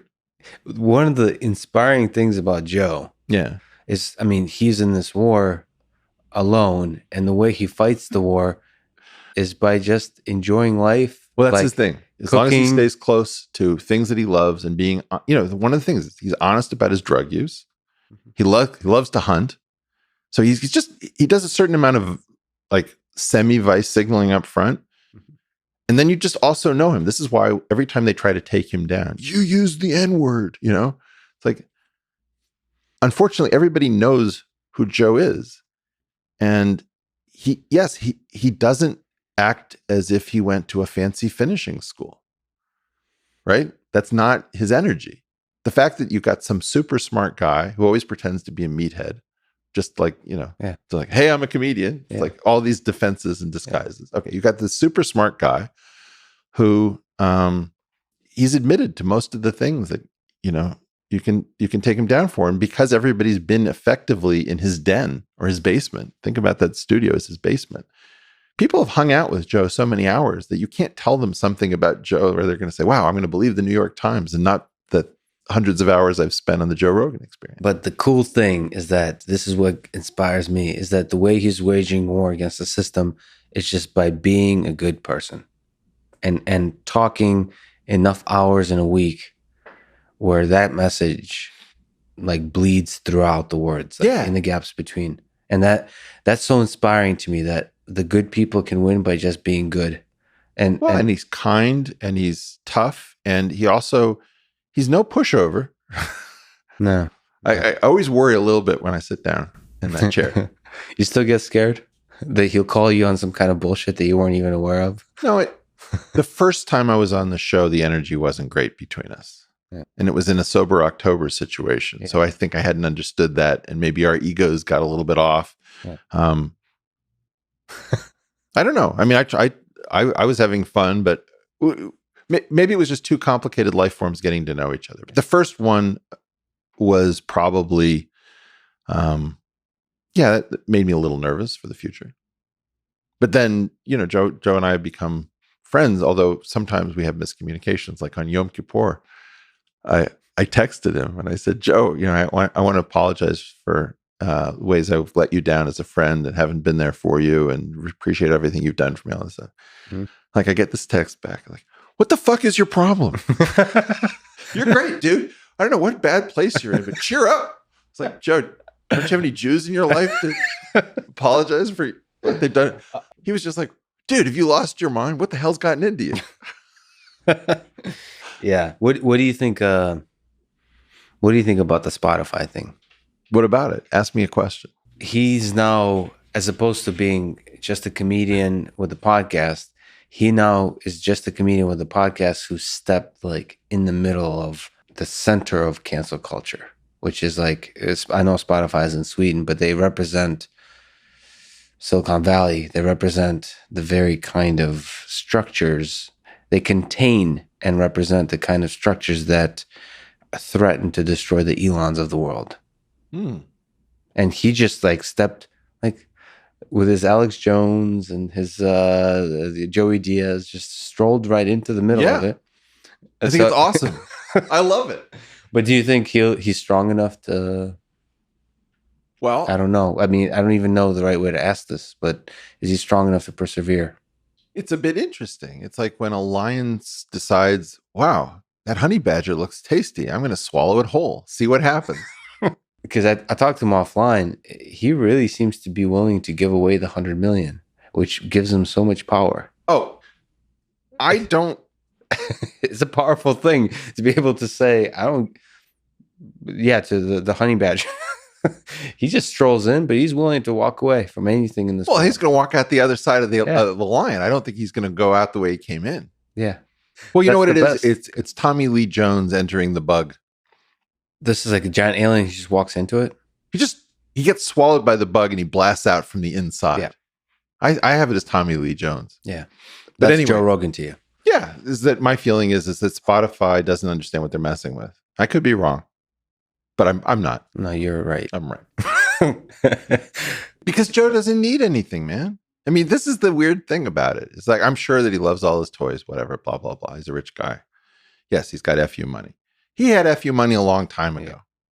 And you're not, the other thing about it's a bit weird being friends with a dude like that. It just is. Because like you call him up or he'll call you up and he's like, what's going on in your life? And I'm like, I don't know. Kind of depressed, trying to get some math done. What are you up? Like, oh, dude, I can cheer you up. I just came off of a 29,000 person stadium. It's like, oh, cool. How'd you do that? Oh, I don't know. I just announced it on Instagram a few days ago and it filled up. Just like, oh, damn. Yeah. I mean, that thing So is much love in that thing guy. is so powerful. Yeah. So there you go. I mean, you could be that too. The instant Joe takes an interest in politics and saving the world, you might destroy all that. It's going bye-bye. I promise you. I just disagree with you. I mean, because you have to do it. Like you've said this many times before. I'll bet you. Yeah. I'll bet you a bottle of Stoli that you can get if you get Joe Rogan to get highly politically active and call out the system for all the bullshit that it is in a very pointed and determined fashion. And he doesn't get destroyed. I'll give you the vodka. The vodka? Yeah. That sounds like a pretty damn good deal. So, but you've said this. I mean, living heroes, my friend. No living heroes. No living heroes. It's just difficult. You just have to be good at it. I mean, if you just say generic political things, no, you're going to be taken down. But the more heroic you are, with it, the more beautiful you are, the more you will be made to suffer. And if they cannot get you on reputation, if Jesus himself came down, I don't know if I ever read, I probably have never read to you the hit piece I did on Jesus. You don't know about this? No, I did not know. I did hit pieces on all of the best people in the world. Wow. So whoever it was who cured cancer, or, discovered new particles or whatever it is, I did a hit piece against them to prove that I can do it to anybody around anything at any time. Except Eddie Van Halen is what we're talking about. Well, Eddie Van Halen is now dead. But if this was a situation, Hot for Teacher, canceled. Disrespectful. Absolutely. Also, packaging female objectification for young men. Clearly, Eddie Van Halen is one of the worst people alive. But the skill, the incredible inspiration that is just radiating from his music inspires so many millions that they will fight those canceled pieces. They will fight those. So this is your thing. Yeah. You have this idea that there's a war between good and evil, and the good has already been designated the winner. And it's not true. But your belief in that it's true. Fake it till you make it, no? I mean, it's motivating both of us. Like, I also believe that we're going to win, because if I don't, then I can't get out of bed. And it's pretty heavy at the moment. Do you think 2021 could make us feel good about the trajectory of society? Where we emerge from this year feeling good. Like there's a smile on Eric Weinstein's face, and the next time we talk, we'll be doing some kind of duet on guitar and not having this worried look on our faces. No. Okay, but you've also promised that you're going to somehow end this in a positive. So, okay. So how do you turn the no around? What's the U-turn from the no? No, until we get some actually decent people in the right chairs who are not constantly thinking about their next paycheck, I don't see a solution. Let me just say what the prerequisites for a solution are, and to let you know why I don't think it's coming. First of all, both of these political parties, the leadership of them is disgusting and has to go. They're tearing us apart. They lack the will to be Americans. They don't understand the subtlety of the project. They're simply the people who've figured out how to inhabit the seats, and that is their great achievement. I believe that in order to solve this, you need people who can integrate, who are not partisan at the level of the partisan warriors that we're seeing, people who believe in dividing the pies of the future rather than the present pie as our main task as Americans, because we are built around growth. I'm sorry to say it. You need an ability to have subtle conversations, and you need the ability to exclude. And you know, at the moment, everyone knows that inclusion is good, which it isn't. It's like saying, well, water is good. If I say water is good, everybody will agree with me. It's not. People drown. People need to, you know, get dehydrated. It can be life-saving or life-ending. It isn't good or bad. Inclusion is not good or bad. Inclusion is just inclusion. Exclusion is part of inclusion. We've taught people that they can reason through the world as cocker spaniels. They just bark things at each other. You know, I'm for safety. I'm for inclusion. I'm for growth. Oh, really? Do you guys use verbs? Dependent clauses? Are there compound complex sentences? Where are we in this sea of nonsense? You have to be able to build a place where you have smart, talented people who represent a diverse group of correct opinions. You need to get rid of almost all of the people who have opinions that are antithetical to what we're trying to accomplish. You need to give them insulation, which we're terrified because we don't trust anybody. So everything has to be transparent. If you're going to the bathroom, I want those walls to be plexiglass so I can see what you're doing. It's like, that's too much transparency. We have too much and not enough at the same time. And then, you know, in essence, you need to ensure that people aren't worried about feeding their family every 4 seconds for being real. None of that is happening. And our billionaires are pathetic. What is the point of billionaires if you're not going to do billionaire type cool stuff like saying F you, and I'm going to throw, you know, $3 billion at the project of restoring the national conversation? I don't grasp this. What is the point of creating obscene wealth if we don't have anyone smart enough and caring enough to use it? So I agree with that last part for sure. Let me slightly push back on the idea that the leaders themselves are broken. I feel like this goes to the Joe Rogan, Joe Biden and Trump having a debate on that program. I feel like Joe Biden has a lot of really interesting ideas that he's almost forgot how to communicate. He's been fake for so long within the system. Hillary was fake for too long. I'm sure she had real ideas at the beginning that she still was campaigning on decades later. But like, if the platforms empowered you to search, to be honest, to be real, to search for those ideas within yourself, like long form conversations do, then even the Donald Trump and Joe Biden leaders we have now would take this country to a better place. That would unite people. So like, we can keep the current Congress. We just need to create better platforms. This is going to the intuition that there's good in Donald Trump. There is depth and complexity and intelligence. There is. And the same with Joe Biden. There's good in Joe Biden. And it's just, we're not incentivizing.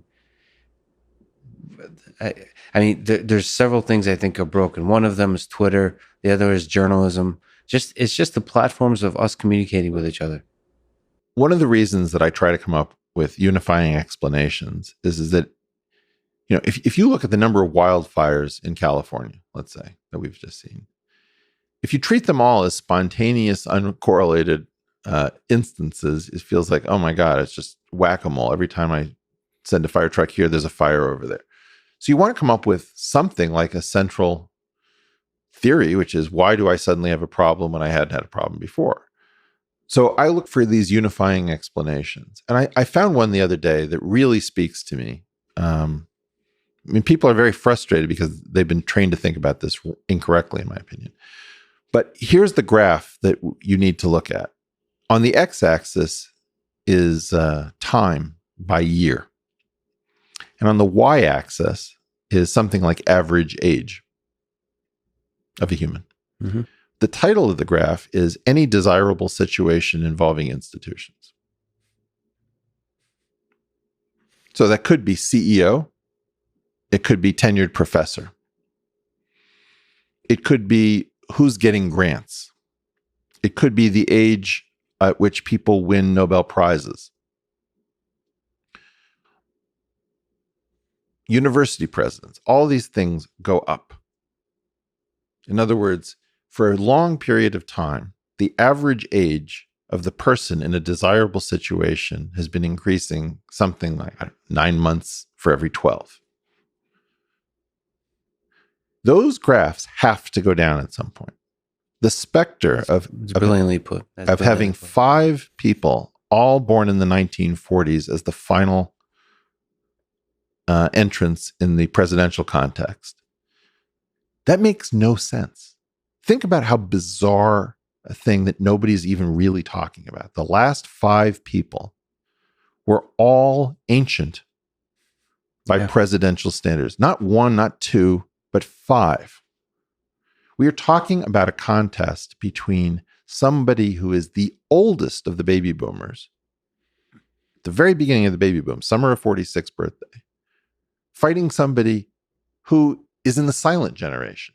The silent generation guy at a town hall in Florida gets this question from a Gen Z guy saying, what's going on with my future? And Joe Biden has the audacity to say, I'm a transitional president. You guys are the highly educated ones. When has any generation in history needed a transitional 78-year-old person to take office? It's bizarre. It's preposterous. That graph is the graph we can't talk about. That graph is the graph of our destruction. Because it has you can make a one-line argument, which sounds like ageism, which isn't a very good argument. No. But what it does is it muddles the conversation. And you always have to ask yourself the question, if this conversation becomes muddled, who wins as a result of the muddling? Well, it's a battle, but let's just win it. Let's win the battle. Are you running? For sure, I'll run. I was born in Russia. You can't run. So, but we Russians can hack elections, so we'll figure it out. This is me officially announcing my run for president. I was born in St. Petersburg, Florida. Yeah. Lex, what is it that you really want to ask? I think I want to put some responsibility on the portal. The portal. That the portal gives power to the people in that graph. Like, because you put it quite brilliantly that the people that move the world, their age has been going up. And not move the world, but put in the position where they get the chance to affect the world. These new platforms, I think Twitter falls in them, give power to the younger people. It doesn't have to be about age necessarily, but the younger thinking people. So that's a promising thing. And you are you're like Gandalf. You get to pick your Frodos or whatever. I'm not very good with the analogy, but the whole point is for you as Gandalf. I don't know that I make that much sense. Gandalf makes sense. I don't know if people know how to fit me into this ecosystem.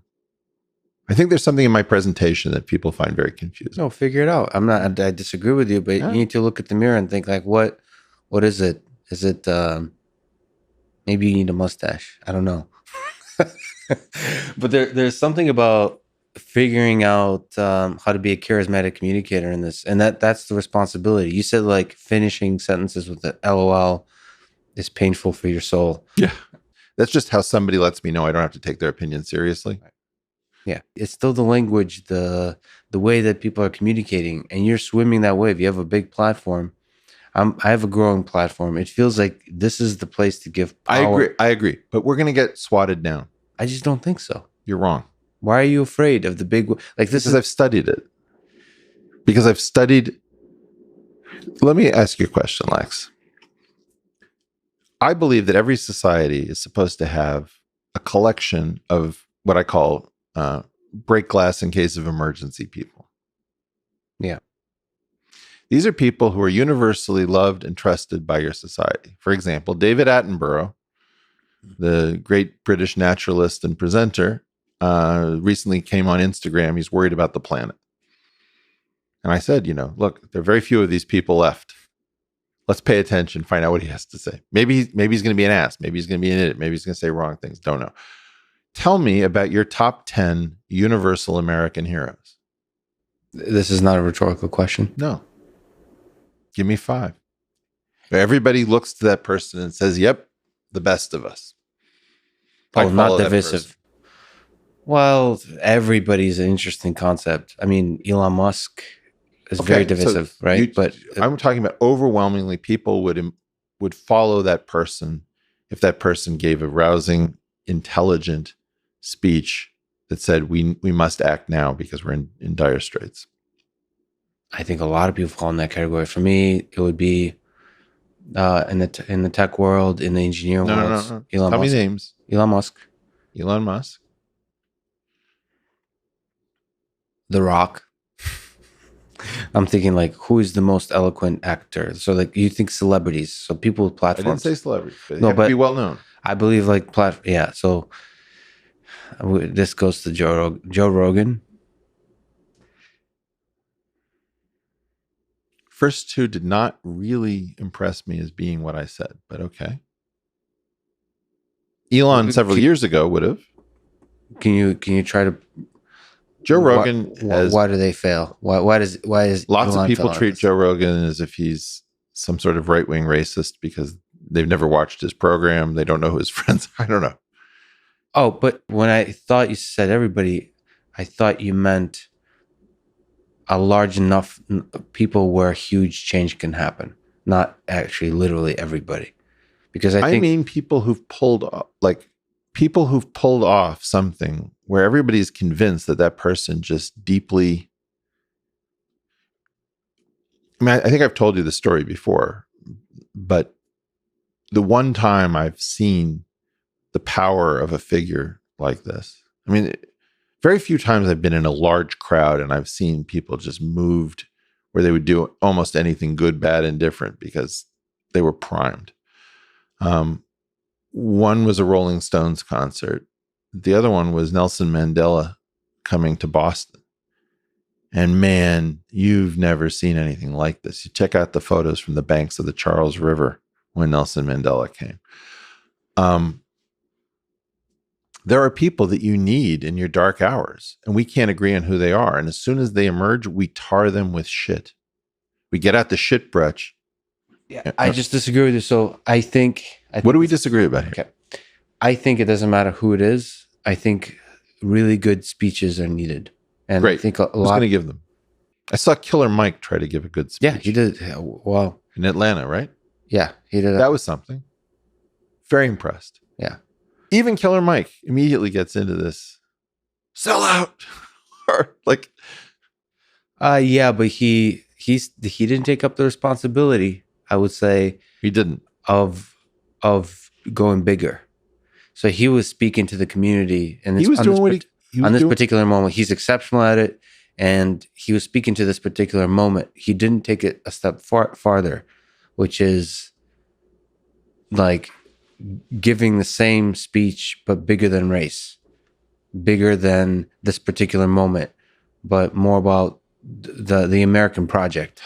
You know the guy who landed the plane in the Hudson? Yes. Yeah, there you go. That's a good example. Sully. That guy, until we screw him up, is the kind of thing that I'm talking about. Yeah, exactly. Okay. I mean, Jocko, maybe. Jocko's pretty good.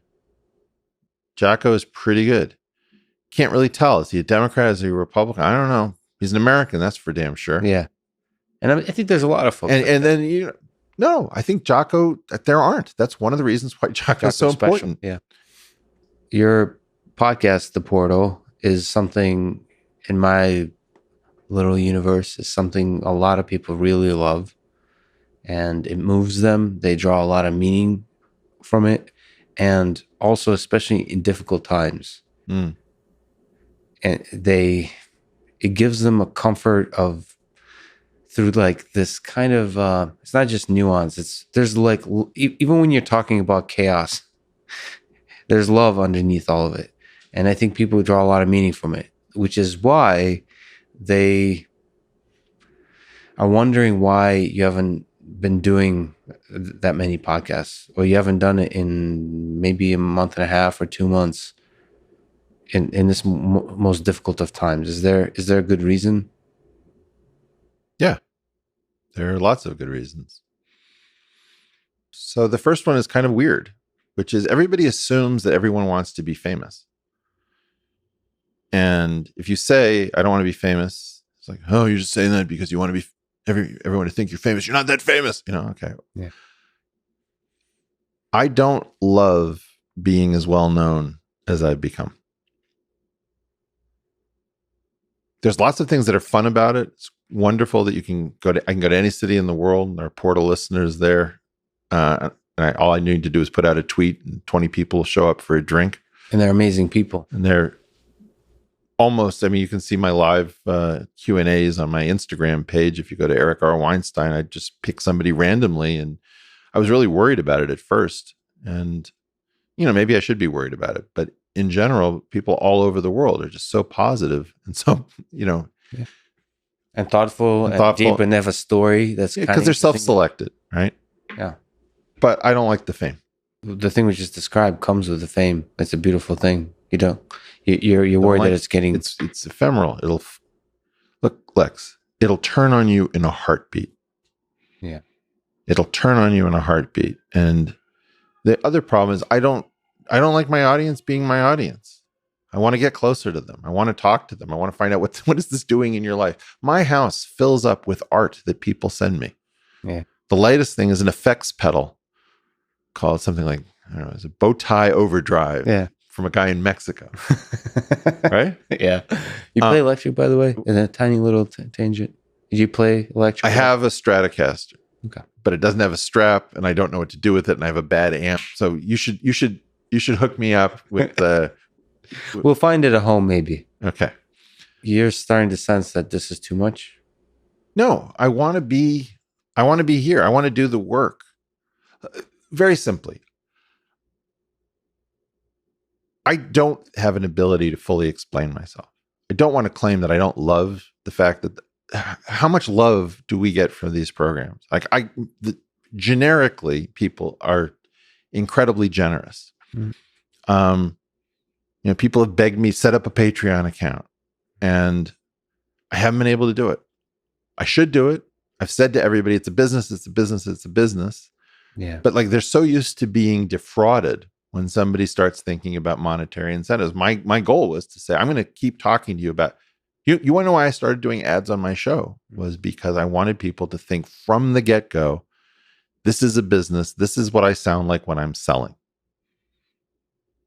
But like you see, I've lost weight. Mm-hmm. A lot of that is due to Athletic Greens. Athletic Greens. Code... What's I don't know what my promo code is for Athletic Greens. Well, probably athleticgreens.com/portal, but doesn't matter. /portal. But, Fitbit, who doesn't advertise, has also been instrumental, as well as a guy named Stephen Cates, who, was a fan from the show, found me on the street and just said, I'm a trainer. I want to help train you. It's got me on a good path. So, that's one paid advertiser and two people that I'm calling out just because they're, two outfits, Stephen Cates and Fitbit, that have changed my life.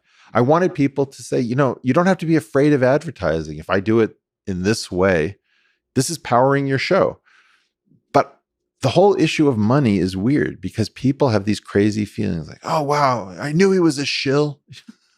He's a grifter, okay. I didn't love that. I didn't love the issues. So I didn't set up a Patreon. The security issues for talking and being me are significant. Yeah. And I don't have the kind of money to hire round the clock. I mean, I desperately want to get to a level of wealth where I don't have to think about money. I don't think it's, some people want money because they need it for status. I think I can handle status if I want it doing this. I don't want the status necessarily, and I'd want the status, but I don't want the fame that goes with it. I want the money. I don't want to be seen as this is about money because it's about a substance. Yeah. And all of those things. That's part of I haven't solved these issues. I've been feeling bad because people say, where's the portal? We're desperate. These are difficult times. We have an election coming up. And it's just like, do you think for a moment that I want to explain that I actually got really uncomfortable being as well known as I was? And then what is it that I want? Because I want to be better known and less well known at the same time. There's nothing the audience can do. I don't want the audience to be the audience. That doesn't make sense to people. I want it to be a business, but I don't think people need to fear a business if the business is open about being a business. And then that's all to the side. What you're seeing now in front of the election is an incredibly meta-violent period in our online existence. And I believe that anybody who attempts to say these two parties are completely screwed, at the moment, the leadership of these parties is unsalvageable, unworkable. Everyone hears that from inside the two-party system. Oh, I get it. He's trying to subtract votes off of Biden. Oh, I get it. He's trying to scuttle Trump. Oh, I get it. This is a play for his show because he's trying to plug in to discuss. There's a Bill Hicks routine on marketing. Have you ever seen this? Mm-mm. Brilliant. I recommend it to everyone, where he comes out on stage and he says, are there any people in marketing and sales in the audience? Woo, yeah.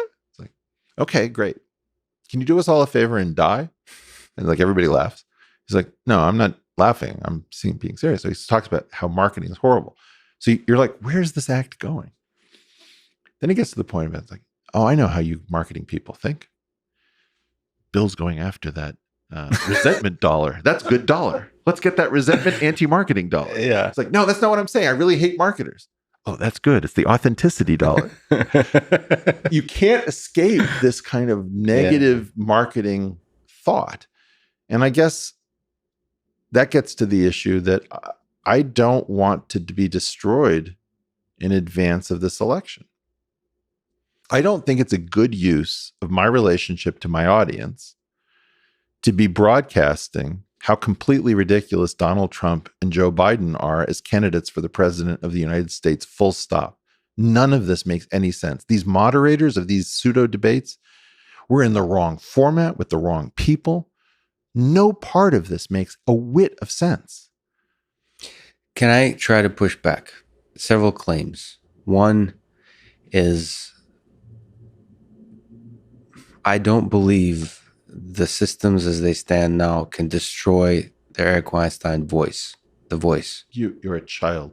I'm sorry to say that. But, it's also possible. Let's fight. It's entirely possible that you're the child. Okay? Because a child would say, you would call other people a child. Yeah, get in the first blow. It's a big reveal. It's a tell. Because the only power they have is to attack you psychologically. No. Well, I believe that the army of people that love you is much more powerful than mainstream media, than people that you might hear it say ridiculous things that you just said, which is try to reduce you, like the marketing thinking. I just believe there's an army, maybe there's a better term, of people that see you for who you are and are hungry. Like, I'm not disputing those things. And that's not what I'm saying. I would venture to say, as your therapist, that you're actually the battle is all in your mind. That you have found these demons in the system, and they're just a tiny minority, and it's all in your mind. They cannot actually they're not strong enough to remove the voice of Eric Weinstein, to silence the voice. I love this. Mm-hmm. This is some of the best fiction writing I've ever heard. Let me tell you, I have relatives who've known me my entire life, where one article in the New York Times, they will believe that over me. My contention is that has no power except to affect your psychology. What you have to do is the Rogan thing, which is laugh. You're not hearing me. Just laugh. I am laughing. I know, but more. I'm telling you something. Yes. Okay. The way this works is through ruin. Ruin can come to anyone. There's no one who cannot be ruined. Every single person is signed up right now to be ruined by the system. But don't you understand that you have more power than the system? You can ruin the system. Your Twitter account, the podcast. I That's what I'm agree. telling you about the army. I Right? agree that my Twitter account, my pocket, but what we've seen, for example, you saw what happened to Brett's Articles of Unity project? Yes. Okay, what happened? You mean on the Twitter side? On the Twitter side, what happened? What happened? Well, actually, say that's the not a good words. answer. Say the word. It was blocked or removed from Twitter. Suspended. Account suspended. And okay, I have a direct line to Jack. Yeah. Okay, so I'm talking to the CEO, who I am crazy enough to still believe in. Good, I do too. I believe it. Somehow, there's a very strange thing going on with Jack Dorsey. I cannot possibly reconcile the actions with the person that is a next level mind in there. I don't know it well enough to say that it's all next level. I'm not claiming he doesn't have any blind spots. Every smart person I know has blind spots. I don't know what he's up against, blah, blah, blah. There's no way that the Jack Dorsey that I've talked to and the Jack Dorsey that interacted over Articles of Unity can be the same person. He is constrained by that company in some way that doesn't make sense to me. Either that or he's the most duplicitous person on earth, and I'm not believing it. I just don't buy it. Okay? Yeah. Something horrible is happening. My claim is I can remove you functionally from the chessboard in a tiny number of moves. No matter who you are, no matter how virtuous or how much of a bastard you've been your entire life, it doesn't take more than 3 or 4 moves to basically neuter you as a force. Yeah, and I disagree that if that's possible, that means I'm not very good at chess. Like, Unity 2020 was removed from Twitter because it's not good enough. Okay. Not within the system. Like, the army of people that feel the brilliance of the idea was too small. There. Okay, but fear, uncertainty, and doubt is the name of the game, the coin of the realm. Psychology, though. It's not real power. It just affects the mind. Okay, I have a reading assignment for you. Because you're Russian, you'll really enjoy this. As part of the Great American Tobacco Settlement, the Tobacco Institute had to disgorge its archives of all of its strategies, all of its skullduggery, and put it on the web for all time so that we could all understand how the tobacco companies got together and destroyed people, right? You see tobacco destroys people. You can see, Scientology destroys people. There are various vindictive organizations that will not tolerate reality in opposition to them. Let's take them down. Okay. That's what I'm trying to tell you is okay. No. So why aren't you doing the podcast to return? Because that's one of the weapons of war. Well, first of all, if you're at war, I don't want to discuss strategy on a podcast, right? But that's you're misunderstanding. What did Montgomery say about Rommel? What wasn't his line? I read your book, you beautiful bastard. It's like, why are you using the tactics that you already explained? Okay, so one of the things I'm doing is I'm not having a strategic conversation with you and several 100,000 of our closest friends. I pulled back because this is not the battle that I know what I'm doing. I do not feel passionately enough about defeating Donald Trump to elect Joe Biden, even if that's the way I'm going to ultimately vote, right? I don't believe in the Biden Democratic Party. I don't believe in the Trump Republican Party. So yes, it's an incredibly consequential election, but to me, it's like the Crips and the Bloods and the Latin Kings fighting over the right to extort, a business, and the business trying to figure out who it wants to do the extorting. But don't you think? Listen, there's very few people that are as good with the English language as you. Don't you think it's possible to draw a line that in between that finds how we find our common humanity, that ensures a better 2021 without having to say like Donald Trump is evil or Joe Biden is incompetent or any of that? Just somehow draw a beautiful line. Eddie Van Halen. In so much pain This election is chewing up the integrity of everyone who comments on it, Lex. Maybe they're not good enough. They're not good enough. No, okay. The hope is. Do you believe in me? Yes. You do? Yes. All right, listen to me very carefully. My spider senses, my intuition that has allowed me to survive in this space, I've been mouthing off since the 80s, tells me this is a super dangerous time for smart people to be spending the dry powder because the election doesn't make sense. Doesn't mean that I don't have a sense that one outcome would be better than the other, probably, but the variance on that, I'm not even positive that I'm right. These two options are so completely inappropriate to the world of 2020. What we need is so diametrically opposed to more boomers and more silent generation people trying to sort out a highly technical world being mediated through social media. We need more exclusion. We need more actual elites. The people we've called the elites are not the elite. They need to go. Yeah, we need excellence, competence. Yeah. We need people who can be trusted behind closed doors, and we need to close the doors so we can't see what those people are doing. Here's the thing. Imagine that you had a bunch of people who'd all seen action in combat, had all volunteered to be part of the armed services, had all come from backgrounds where they didn't need to. So you were convinced that these people had put their lives on the line for their country, not for a payday. Imagine you had 10 of these people with technical backgrounds. Men, women, black, white, Muslim, Jew, doesn't matter, right? I would trust those people and I'd close the door. I don't want to know what they talked about. I don't want transparency into all of their negotiations. I want to know that they're patriotic, that they see something in the world bigger than themselves and their family fortunes. I want to know that they're courageous. I want to know that they've got all of our well-being, and I'm willing to roll the dice. And if they screw us over, I'd rather go down like that. Okay, so I disagree with you there because there's a difference between those and Jocko, because you're now speaking to people with credentials of particular. I'm talking about self-credentialed people. Self-credentialed. I view Jocko as self-credentialed. But the powerful thing about Jocko is he's not only self-credentialed, but he's been real with people.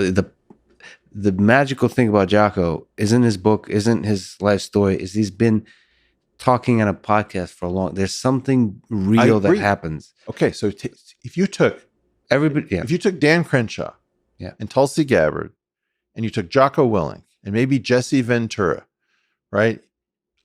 You can take. I see where you're going with this. What? You can take Bernie Sanders, who's a lone voice. You take all of these people who've really just risked. Why do we trust? Why is Katharine Hepburn the best that Hollywood ever produced? Because she told Hollywood to go fuck itself. Hard. They gave her 4 Academy Awards, and she said, "Love you, sweeties. I'm going to use them as the doorstops for the bathrooms in my house." See, that's skill. That's what you were talking about. Yeah. Be Katharine Hepburn. Audrey Hepburn is pretty amazing, but Katharine Hepburn is next level, right? Well, that's what you're trying to say to me. Yeah. Okay. I'm trying to figure it out, Lex. Okay. I don't have the answer yet. What I do know is that this election is chewing people up. And I mean 2 separate things. One, that parties don't have enough integrity, that if you comment either for or against, there's a short sequence where you make a comment that's nuanced, you get referenced to something, right? Take this thing about, find people on both sides. That is non-resolved after N years, whether the context should be reported or not. We are in some situation in which Democrats and Republicans are primed to fight each other the way introducing 2 ants from 2 different ant colonies always produces a battle. Yeah. Okay. I don't want to be in that fray because those people are going to kill each other mindlessly like robots. And until the election is concluded, do I think this is dire? Yes. Could it be make or break? Absolutely. I'm not saying that. Do I know which way this goes? I can make an excellent argument that we need to elect Joe Biden right now, that we've got a situation which can only be cured by voting for Joe Biden. I can make another argument that we could have a situation that can only be cured by defeating Joe Biden right now and all of the things that the modern Democratic Party represents. Yeah. I don't have, it's not the lady and the tiger. We're choosing between the tiger and the tiger. It's the Sumatran tiger versus the Siberian tiger. Mm-hmm. Right? I'm trying to think, well, which tiger do I have a better chance against? The key problem for us politically is that we have to divorce the concept of the center and moderation from kleptocracy. Every time we try to say something like we need more moderate solutions, we need more pluralistic solutions, people will say, wow, you just want to hand us right back into the swamp, don't you? Those swamp people. Because the moderates and the swamp people are the same people. Right? So then we have these two crazy wings. We can't have crazy right-wing people. I don't want any tiki torch BS. We can't have crazy left-wing. Don't attack my courthouse. Really don't attack my courthouse. And we can't have moderates. It's like, okay, how do we install our children and rape, pillage, and get these speaking fees when we're out of office and become, cozy with the things when we're supposed to be regulating them and then, become their lobbyists, immediately when we leave office. All of this stuff. We need an entirely different system. And I can't talk about that at the moment. When I talk, people say, oh, wow, so you're going to sit this one out because you're a pussy, because you're a coward? Great to know, Eric. We thought better of you. Bye. Click. I don't know what to do. So, but are you thinking of what to do? Yeah. Oh, you better believe it. Look, Brett had this idea of Unity 2020, and I told him it was a wrong idea. I didn't tell him that Unity 2024 was a wrong idea. I didn't tell him that Unity 2028 is a wrong idea. And if I were to make the case that he was right and I was wrong, because he's now shuttered the thing, right? I would say that the case to be made that he was correct is that by doing this in 2020, we found out what we were up against. It's good to know that Twitter can turn this off at the drop of a hat. Yeah. Great to know. It's good to know, as we learned, that you cannot have meetings of presidential candidates in a primary that are not approved of by the party. Mm-hmm. Right? Like they've got this thing figured out, so we don't have any way in. And now Unity 2024 makes sense because Unity 2020 was tried. Okay? I don't know that we get to 2024 under all circumstances. In some we do, in some we don't. But there's a game theoretic thing that I'm not sure you're accounting for, but you probably are. But let me just make an argument. Is Jack Dorsey very likely listens to your podcast? And this is the power of these words. Something deep went wrong. But we can change it with the power of words. Something went wrong at Twitter. They have so much division on their platform. That's what I'm trying to say. They've got... It's not wrong. They just don't know. They're understaffed. They have an insoluble problem. Difficult to solve. They have an insoluble problem. This is where you and I disagree. Because, well, all right. Or I'd like to create a competitor. No, so then, give it to me. Yeah. Well, create the competitor. Show me that you actually have understood this. Because my guess is that most of the things that you'll think about, I mean, I can tell you things I've talked to Jack about, which I know would make Twitter much better.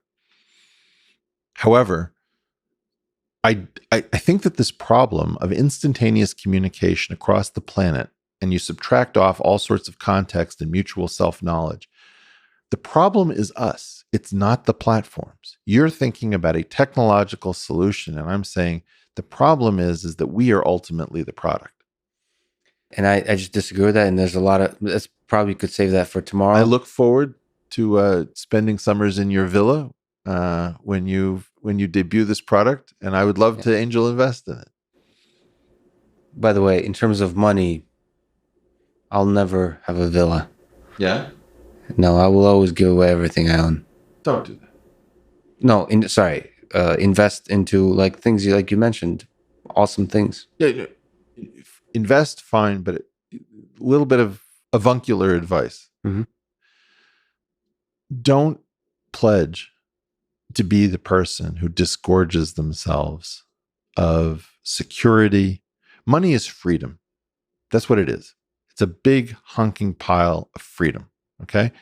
You can choose to use it as the freedom to imprison you if you don't, So you can use it as freedom to make yourself a prisoner of your money. But generally speaking, Lex, money is freedom, and your voice is important. At least retain the amount of money security you need to follow Joe's advice. What is the point of FU money if you don't say FU? The number of people who have FU money who don't say FU indicates the number of people who chose the freedom of their wealth to create a prison. Yeah. They built a prison with the freedom they had, and they walked into it, locked the door. I think it's too difficult not to create. The reason I want to give away the money is because I just know my own psychology, and you create prisons. Our human mind just creates those prisons. The FU money is enough for basic shelter and basic food. That's the optimal FU. You don't have kids yet. This is the problem. This is why so this is me, single Lex, speaking. Great. But future Lex, I'm talking to future Lex. Single present Lex, please don't listen. Yeah. Don't be an ass. Okay. You're going to need some money, and don't make these pledges to say on a podcast. I want to save you from yourself. You need money to do many of the beautiful things that we're counting on you to do. Don't F it up. Can I talk to you about Roger Penrose? Sure. You've talked to Roger on the portal, but also in between the lines and offline, just everything you've said about Roger Penrose. For people who don't know, he just recently, a few days ago, won the 2020 Nobel Prize for Physics. But it's clear to me that he had like a deep personal impact on you, a connection with you, in terms of both your love of mathematics, just the way you see the world. Like this is the Eddie Van Halen conversation. This was clearly somebody who's profound in your worldview.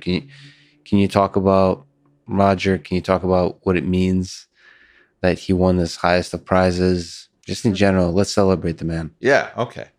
So first of all, there are two other people who won this prize. I'm sorry, I just didn't happen to know who they were before they won.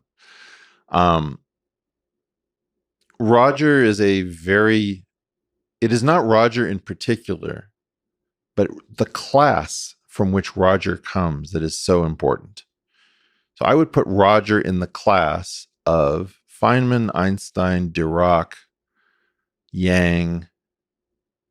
Put Witten in there? Or yeah. No? I mean, Witten's a special case, but Witten is weirdly the reverse of the Roger Penrose story, right? Because Witten is the first physicist to win a mathematical Fields Medal, the highest honor in mathematics. Penrose is in some sense a mathematician who's now won the Nobel Prize. So it's a perfect sort of a couplet. Yeah. Roger's class means everything to me. That's the highest achievement of the human mind. I'd probably throw Bach in with Feynman and Dirac and company, right? I think that he was so inventive. It was very frustrating to watch this career. It was a little bit frustrating to watch Feynman's career. Feynman was so good, and had he been born slightly different at a slightly different time, I believe his claim on physics would be far greater. I feel like Penrose, in some sense, came up a very difficult path because, you see, Einstein effectively solved most of the most important problems in general relativity right at the beginning. As a result, the children of Einstein are impoverished because there wasn't as much to pick off of the trees and sell at the market, whereas Bohr didn't and Planck didn't do nearly as good of a job with quantum theory. So there's lots to do in quantum theory. I think that Roger affected me personally by a diagram that I saw in a paper of Hermann Gluck at the University of Pennsylvania. It was the first picture I'd ever seen of the hop vibration sketched. And that, weirdly, I brought that to the Rogan program in order to sort of convey the wonder. I was recapitulating my own journey. I think I probably saw that at like age 16 or something, and it just flipped my mind.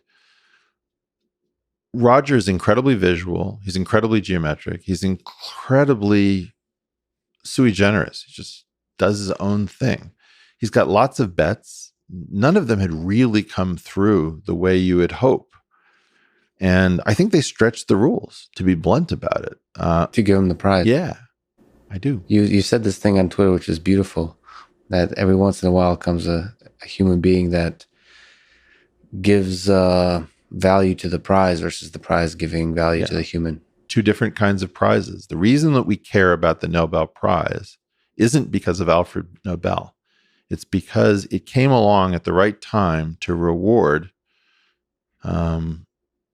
Einstein, Dirac, Schrodinger, Feynman. Most of the people who should have won. Most of the awards are not good in the sense that they don't really follow.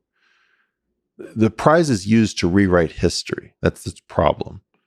So you should have a love-hate relationship with it, because on the one hand, it does focus the world on what really matters, and on the other hand, it distorts what really matters. And both of those functions take place simultaneously.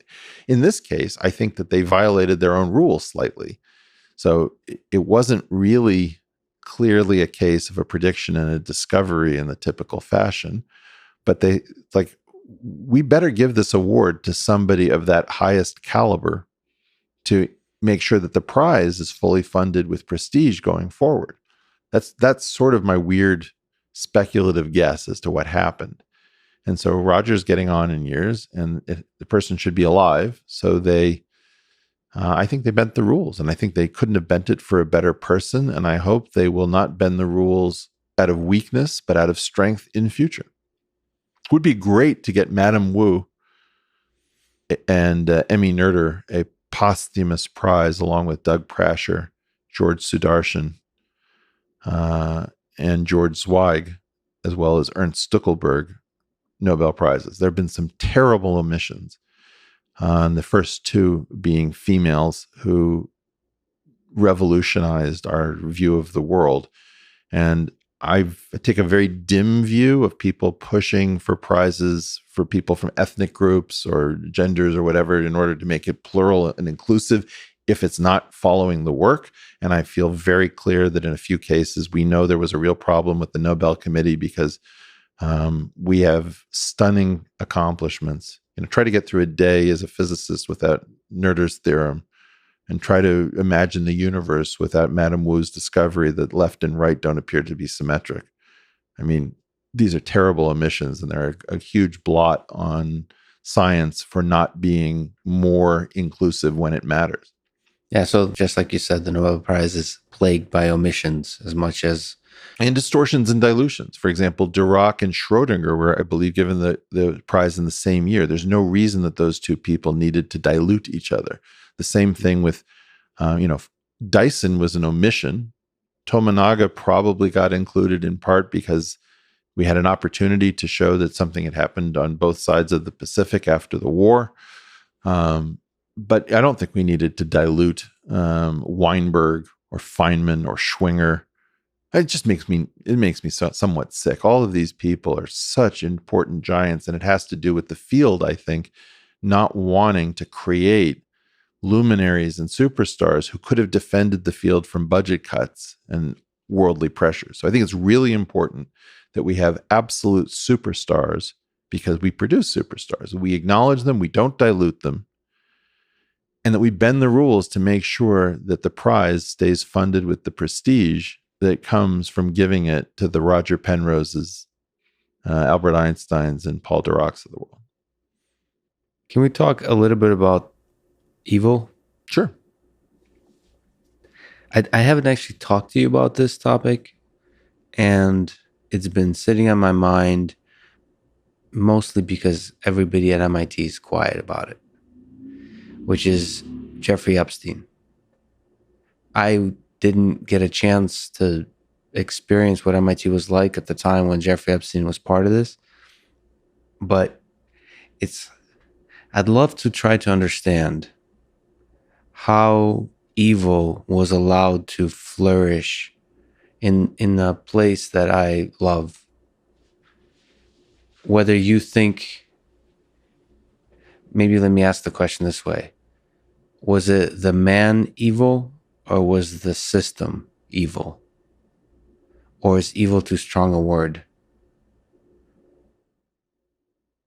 Because what I see is the presence of this particular human being,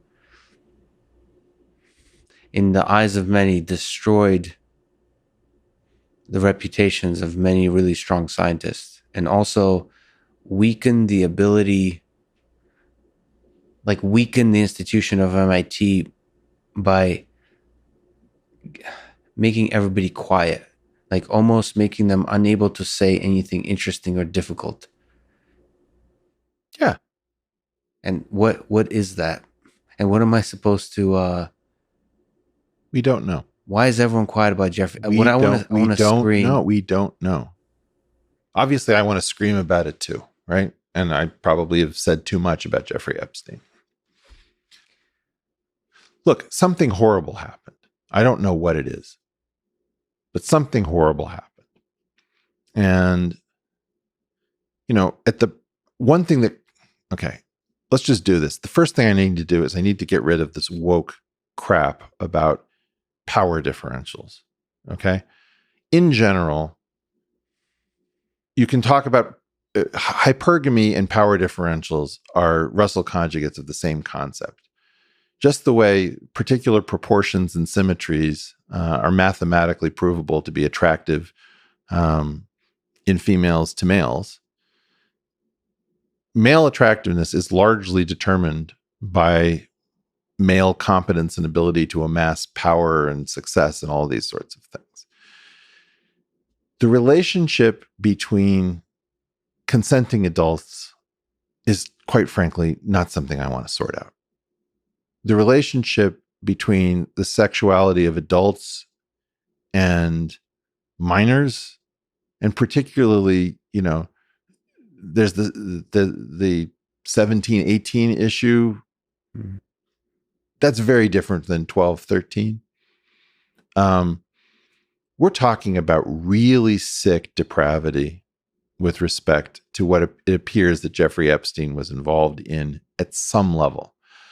I believe this story is super complicated, in part because I think one thing Jeffrey Epstein was doing was providing money, encouragement, and support to scientists. Another thing he was doing, I believe, was giving tax advice to very rich people.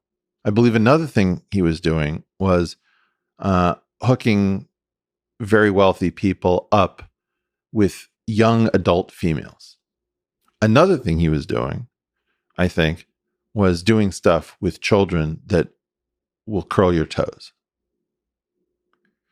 So there's an entire spectrum of different stuff. And at the moment, nobody can pull apart or deconflate anything because the woke thing comes over it and says, I think it's disgusting that, a 43-year-old billionaire would be partying with a 23-year-old. Right. Yeah. Okay. Yeah. I don't want to adjudicate that. I'm worried about 12 and 14-year-olds that we're not talking about. But I don't think MIT was deep into pedophilia. My guess is that did not happen. I don't think that the scientists were the targets of the really sick, depraved stuff. It's my guess. My guess is that what you're looking at was a government construct. And it may have been our government. It may have been a joint government project. It may have been somebody else's government. I don't know. I believe that in part, we don't really understand Robert Maxwell. Sorry, who's Robert Maxwell? Ghislaine Maxwell's father was very active in scientific publishing. I don't know where peer review came from. I would love to run down the relationship between peer review and Robert Maxwell. I would love to run down the missing fortune of Robert Maxwell and the mysterious fortune of Jeffrey Epstein, because I don't think Jeffrey Epstein ever ran a hedge fund. I don't think he was a money advisor the way people claimed. So there's two things I want to talk about. So one is the shallow conversations of woke identity politics that you're referring to seems to be removing everyone's willingness. One of the things to talk about, like, what the hell is this person and how is he allowed? Most importantly, how do we prevent it in the future? And from the individual perspective, the question for me is the same question I ask about 1930s Nazi Germany. I've been reading way too much probably, or not enough about that period currently, is if I was in Germany at that time, what is the heroic action to take? When I think about MIT with Jeffrey Epstein, what is the heroic action to take? We're not talking about virtue signaling action. You wouldn't know what to do. I You would would like not to know what you're up against, Lex. You're not hearing me. The problem here is, what was Jeffrey Epstein? Well, that question might be the heroic action to take. That's all I'm trying to say. I'm just trying to get my first question. You have to map the silence with Jeffrey Epstein. What you're describing is a map of the silence at MIT. Yeah. Well, is there a map of the silence in Washington State around Jeffrey Epstein? The Bay Area, New York City? The amount of silence around Jeffrey Epstein should be telling you everything.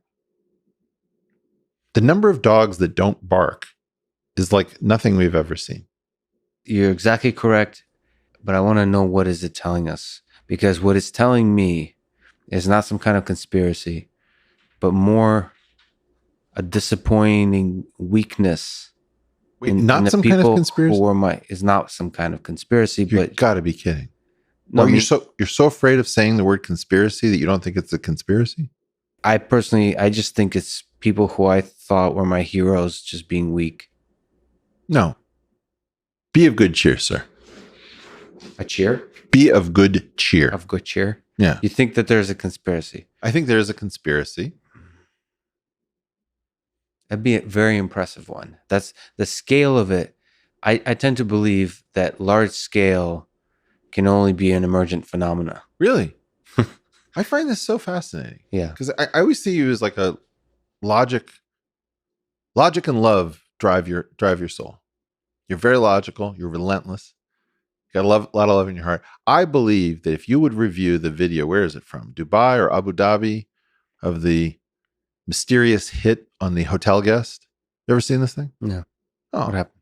it's the assassination in 2010, 10 years ago, of Mahmoud al-Mabou, something like that, in Dubai, where I believe 26 separate individuals on multiple teams are shown converging, coming in from all over the world on false passports, pretending to be tennis players or business people or vacationers.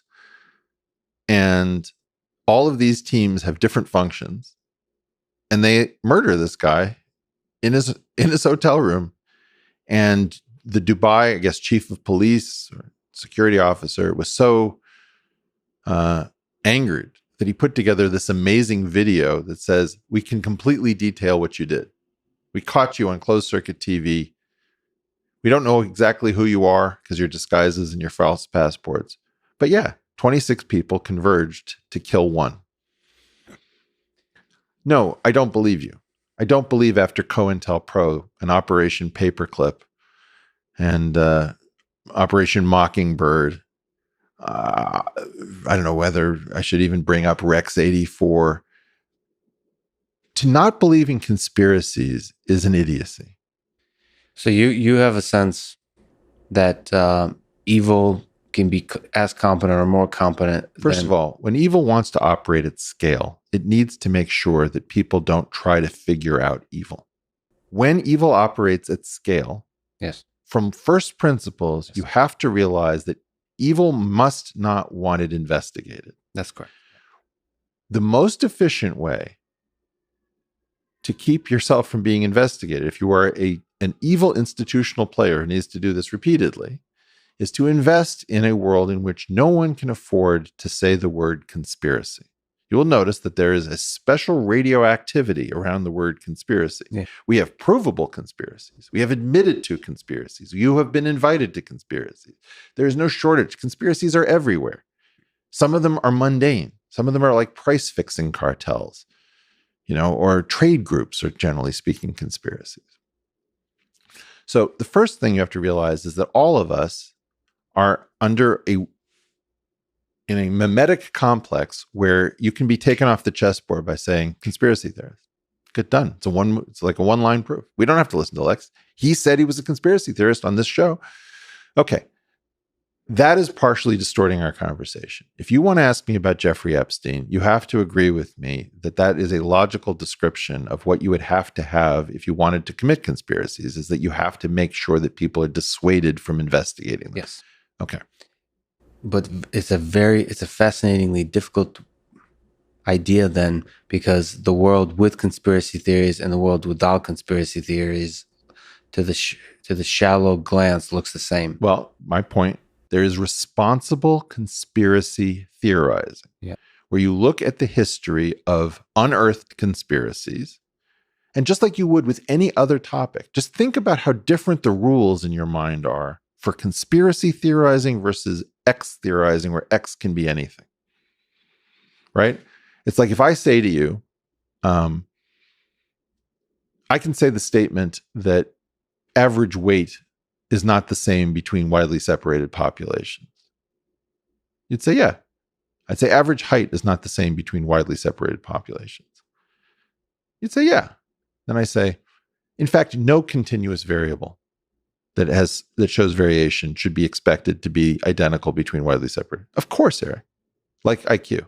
Whoa, hold on. Right? So we have a violent reaction to specific topics. So the first thing I want to do is just to notice that conspiracy has that built into everyone's mind. That's really important to state. Yeah, it's very interesting. And as a prerequisite, as you're saying, that would be the first step if you wanted to pull off a conspiracy in a competent way. You would have to first convince the world of that. I just watched the film 1971 about my favorite conspiracy of all time. I highly recommend it. 1971? Well, the film is entitled 1971, and it's about the Citizens Committee to investigate the FBI, which was run by a student of Murray Gell-Mann, a physicist, and broke into FBI offices in Pennsylvania to steal files, which allowed Freedom of Information requests that discovered a huge conspiracy. It was a conspiracy that unearthed a conspiracy inside the federal government, a double conspiracy story, which launched multiple conspiracies. I think that the problem with modern Americans is that they are so timid that they don't even learn about the history of conspiracies that we have absolutely proven. So, with that done, Jeff Epstein, in my opinion, represented somebody's construction. I don't kind think of scary to think about. Yeah. Well, what part of the story isn't scary? I, in part, did something which I imagine may get me destroyed, because I was more worried about being destroyed by somebody else I had a conversation with around Jeff Epstein. Right? So I'm just trying to let it be known that I don't know anything more than I've already said. Now, your friends at MIT, their problem is that Jeff Epstein showed up as the only person capable of continuing U.S. scientific tradition. You see, the U.S. scientific tradition is a little bit like the Russian. It's combative. Okay? And we're a free society and we act like a free society. We're a rich society and we research like we're a rich society. That is historically. And then came the 1970s. And William Proxmire and the Golden Fleece Awards and the idea that we're paying too much and these are welfare queens in lab coats and blah, blah, blah, blah. We need more transparency, more oversight. Everything went to hell. And the national culture of U.S. science was lost. The thing that produced all this prosperity and security and power was lost. And then Jeff Epstein shows up. And a tiny number of funders, maybe Fred Kavli, maybe Yuri Milner, maybe who else would be in this category? Peter Thiel to an extent. Howard Hughes would be the largest of these things, which has different grant structures than the NIH, gave people a modicum of risk-taking ability. Mm-hmm. Okay, well, when Jeff Epstein showed up, everybody wanted to take risk in science. And suddenly a charismatic billionaire says, hey, I can make that work for you. Here's $100,000. Go research something crazy. Mm-hmm. Well, that money was supposed to be provided by the federal government under the terms of the Endless Frontier Compact between the federal government and the universities. And the federal government and the taxpayers welched. Okay? So that's one place to lay the blame for Jeffrey Epstein, as at the failure of the federal government to honor its commitment. Yeah. Right? So the universities became psychopathic. It's not like everybody doesn't remember what we're supposed to be doing to be moral. But the point was there wasn't enough money to be moral. So it was time to eye each other as a source of protein, as I like to say. And in that process, Jeffrey Epstein said, hey, come to my world. We can do it like we used to do. So in part, my point is that almost none of your colleagues at MIT have that kind of religious commitment to science that they're willing to go down with ship science. Mm. The Galileo Galilei thing became very important to science because occasionally you just have to say, look, this isn't about me and you. There isn't enough money in the world to buy the kind of legacy I want to leave to this planet. This is one of the great things about science. Potentially it's worth dying for. Yeah, I'm glad you said it. Science is one of the things at its best that's worth dying for. I mean, I'm not eager to martyr myself, but I've certainly risked my health, my fortune. I've destroyed myself economically over science, and my need to oppose these sons of bitches in chaired professorships who are destroying our system along with everyone else. Let me bring in Grandmaster Uwe into this. Uguay. Master Uguay. I think he's a Grandmaster. Oh, that would make him a chess-playing turtle. So I read some Wikipedia. Uh-oh. So, Shifu is a master. There's apparently only one Grandmaster, and that's Uguay. Anyway. Is the phrase Grandmaster ever uttered in the script? I don't think so. I don't think so. But there's a story. Oh, there's off-script canon? I'm going to call Glenn Berger right now and find out if any of this is true. All right. You're not supposed to call out my journalistic integrity. But Master Uguay. He says a couple things I'd like to bring up with you. So one, as part of a longer quote, recommends that you should find a battle worth fighting. We've talked about several battles just now. What is the battle worth fighting for Eric Weinstein in the next few months, in the next year? There's only one.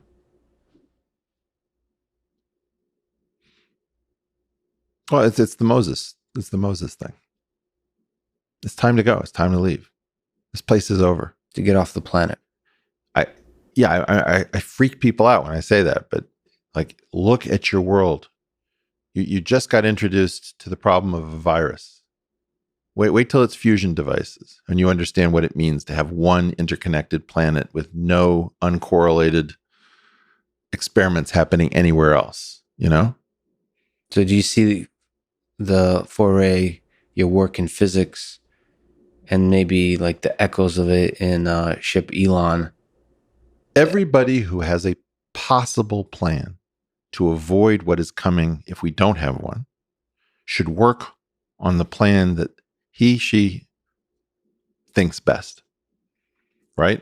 So Elon wants to do rockets. People misinterpret me. Meta Eric says, I don't think that's a smart plan. Regular Eric says, all people who have a hope should do that thing. Yeah. At least it's Mars, man. At least it's the moon and Mars and maybe Titan and whatever. And I don't think it'll work. And it doesn't make sense. And it looks silly. But that's exactly the kind of fight worth fighting. But it's for the same reason that I went on Brett's Unity 2020 thing when I didn't think it had a hope in hell and people were making fun of it. It's just we got to do things that make us feel dumb and silly and childish that possibly have a hope of working. Okay. So everybody should do something. My version of this, I'm the most hopeful about because I wouldn't have chosen to do if I thought that Daniel Schmachtenberger's Wisdom Project was a better hope. I'd do that. It's more down to earth in a certain way. I just think that it's more probable. Look, we got from powered flight with the Wright brothers and wind tunnels to sending back images from the surface of Titan via Huygens Cassini in less than a century. Okay? What we can do if we can change the laws of physics is something we can't even conceive of. It may be that it buys us nothing. And at least we will know why we died on this planet. As a small aside, I think this is not the right time to take the full journey, but I feel like you'll guide me like Master Uguay did, and I'm the Kung Fu Panda at some point. They only have one conversation. We're on our we didn't well, we're Jews and they weren't, so we talk too much. But the guide doesn't have to be with words. You don't think Poe is Jewish? It's debatable. We'll have to go back to the Wikipedia. Food. Yeah, okay.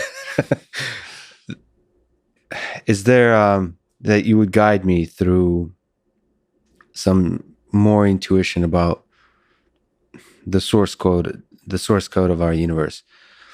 Can you comment on where, since we last spoke, where your thinking has roamed around geometric unity, around that work in physics, in this fight? Yeah, I'm trying to figure out when to release it and how.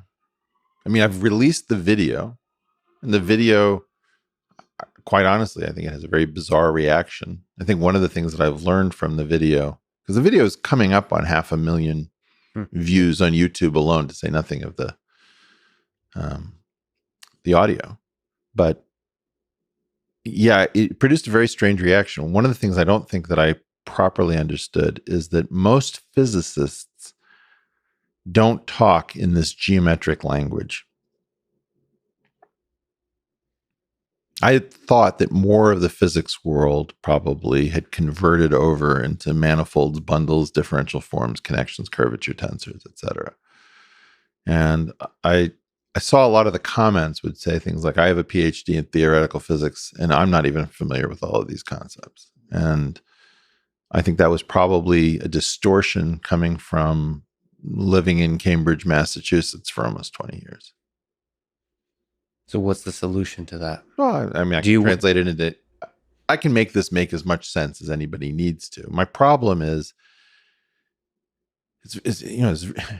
my calculation is that as long as the boomers are still in charge, the same people have these perverse incentives on them where they've invested in these programs that didn't work. So they're extremely hostile and kind of difficult to deal with.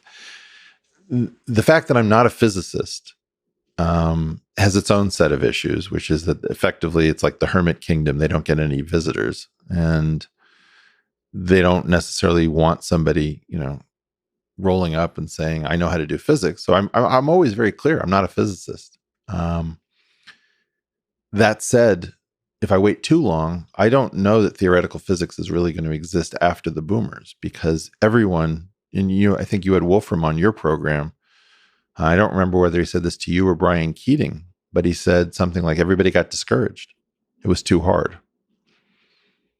We can't do that, guys. We cannot do that. There's something about the renormalization revolution that enervated the physics community, because it taught them just because you can see in this energy regime doesn't mean you can extrapolate somewhere else unless you understand how, coupling constants run and what kind of UV fixed points exist, blah, blah, blah. Somehow that discouraged people from guessing, from believing. Everything became an effective theory.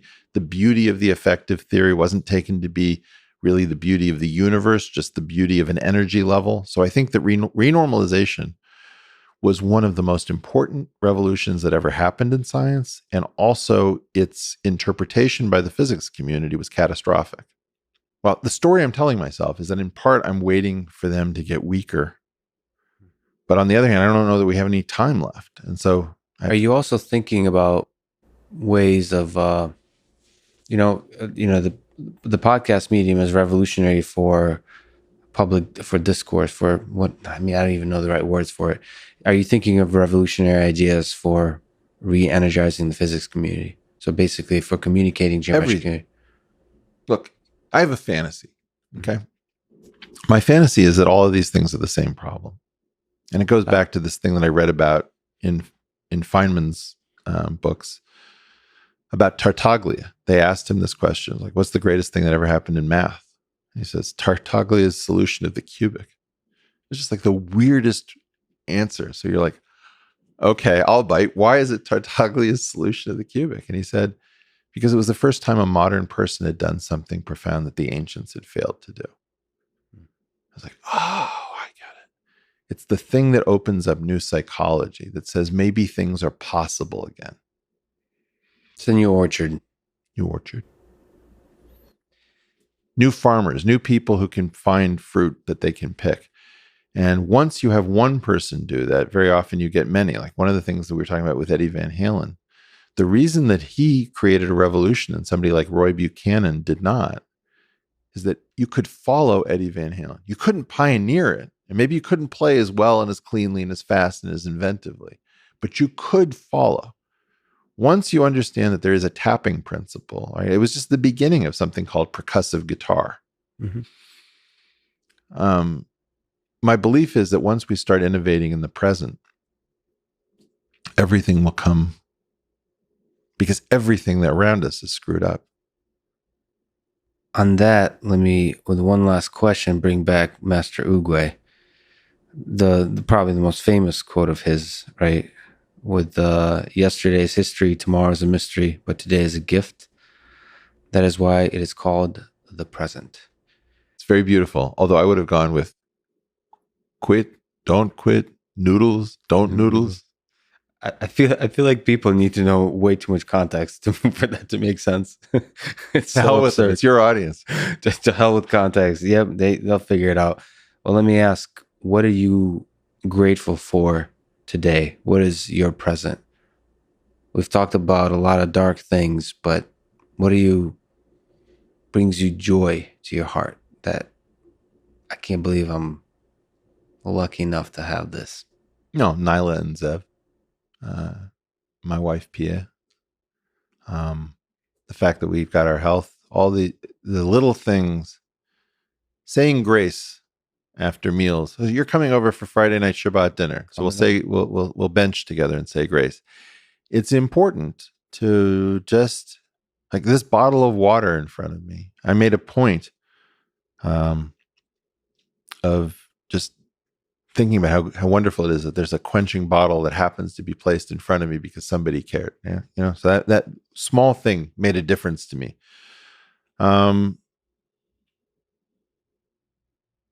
I still have strength for the fight so far. I think that's something I'm grateful for. I can't believe that I'm not more beaten down after all of this nonsense. I have the most interesting set of friends. I really do. I mean, I'm not that rich by monetary standards, but if there were friend billionaires, Forbes would be all over my ass. I just can't believe who I can talk to, at the drop of a hat. And I'm really grateful.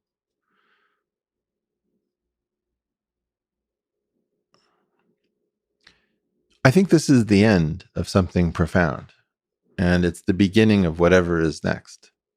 And whatever is next could be terminal. Whatever is next could be amazing. Whatever is next could be a return to the horrors of the early 20th century that doesn't manage to go totally catastrophic, but, takes hundreds of millions of lives in the process. I'm grateful to having half of my life in the rearview mirror. Maybe it took place in a bubble, and maybe it was unsustainable, but it was nice to be able to move around the world without a mask. It was nice to be able to see a little bit of the world, even if it was from a cot in a hostel in some country. To fall in love. Absolutely. I mean, so it's a good life. Find the last Indian Jewish girl left. Who knew? You're a lucky guy. Well, let me just say, Actually, there's something I wanted to just say before you get to that. yes. I forgot to say something. Falling in love with an intellectual collaborator is a special thing that not everybody gets a chance to do. Like, I think when I met Pia, I fell deeply in love with her, all her normal characteristics. And she and I had an antagonistic relationship around geometry and economics. And then weirdly, just like in a buddy picture where in the first half of the film, they hate each other. The two fields like were fighting with each other, cats and dogs. And then finally, the sexual tension clearly was so thick you could cut it with a knife. And we came up with geometric marginalism, which is this other theory, not geometric unity, which allowed me to inhabit space with somebody who I already knew intimately and had fallen in love with, and to see the quality and beauty of their mind and to play and to dance. It's sort of the intellectual version of the tango. One of the most romantic periods of my life that doesn't fall into most people's experience. So that was a chance to see something totally unexpected. Haven't really had it since because she doesn't want to revisit the material, but something I'm super grateful for that's very particular and unique.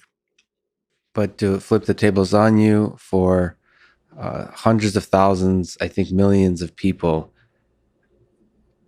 I can speak, me and them are really grateful, one, that you exist, and two, sorry for your podcast. And I do hope your voice in some form continues to reverberate, I think, at least in the 2021s and beyond, even if it takes a brief pause. We're pausing at the moment.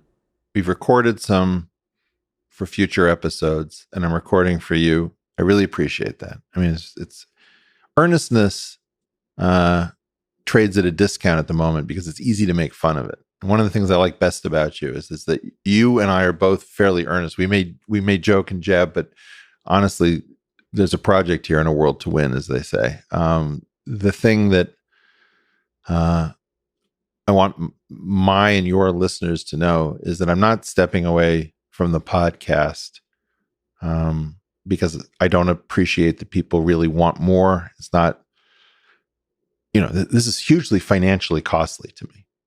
I want to make sure you guys are getting the best that I can do, and destroying myself right in front of an election. I think Lex is incorrect. I think that the forces that are trying to make sure that there aren't any planes in the sky that aren't either colored red or colored blue is a big danger given how angry I am at the system. And I don't want to be removed from the chessboard because if nobody's going to talk about Jeff Epstein, there need to be people. If nobody's going to talk about various things that we've talked about on these programs, I want to make sure that I'm there. Do I think that this is potentially an existential election? Yes. Am I positive that I know that my way to bed is the right way out? No, I'm not. I don't know, people. I just don't know. And where we are right now seems so dumb and so catastrophic in terms of how it is chewing up smart people that I decided it's really not about cowardice, because it's hard for me to restrain myself. I have so many reactions every day. Mm-hmm. This is really about trying to plan for all of our futures to make sure that I'm around. I had a huge concern that what happened to Brett's articles of unity was going to happen to Brett, was going to happen to the YouTube channels. I want to make sure that we don't have all of our eggs in one basket. So if something goes wrong over there, that's the whole idea of the intellectual dark web, which is at some level a loose confederation. It can become a strong confederation if somebody wants to back it and make it work. It can dissolve so that there really isn't anything. The thing is to be hard to kill, because ultimately, when the hit pieces come, they don't come for what it is that they're angry at you about. They come for where they can get you. And so it's very important that right in front of an election, I think that the desire of the old system to defend itself through reputational destruction is one of the most pernicious aspects of the new America. And we have to fight the ability to destroy reputations as a means of institutions keeping individuals with podcasts and the ability to reach millions, like through Substack, out of their domain. I don't surrender this domain to them. They have plenty of weaponry with which to fight us. And I believe that they could remove you or me in an instant. By the end of today, if they wanted us off the chessboard, we would be off the chessboard. I know that's not your perspective. My goal is to stay here as long as possible to make sure that you have enough of a counterbalancing set of ideas and to let and help other podcasters start. And my hope is that works. But long heroism, short martyrdom is a good motto for anyone, and I try to remember the short martyrdom part of that. First of all, beautifully put. Second of all, way to end the conversation on a disagreement, which is how you hook them for the next conversation to be continued. When Lex says, Eric, it's a huge honor. Thank you once again. Lex, really appreciate it every time we get together. Thanks, buddy. Thanks for listening to this conversation with Eric Weinstein, and thank you to our sponsors. Grammarly, a service I use in my writing to check spelling, grammar, sentence structure, and readability. Sunbasket, a meal delivery service I use to add healthy variety into my culinary life. SEM Rush, the most advanced SEO optimization tool I've ever come across. I don't like looking at numbers, but someone should. It helps you make good decisions. And finally, ExpressVPN, the VPN I've used for many years to protect my privacy on the internet. Please check out these sponsors in the description to get a discount and to support this podcast. If you enjoy this thing, subscribe on YouTube, review it with 5 stars on Apple Podcast, follow on Spotify, support it on Patreon, or connect with me on Twitter at Lex Fridman. And now, let me leave you with some words from Leonard Cohen in the song titled Hallelujah. Well, maybe there's a God above, but all I've ever learned from love was how to shoot somebody who outdrew you. And it's not a cry that you hear at night. It's not somebody who's seen the light. It's a cold and it's a broken hallelujah. Thank you for listening and hope to see you next time.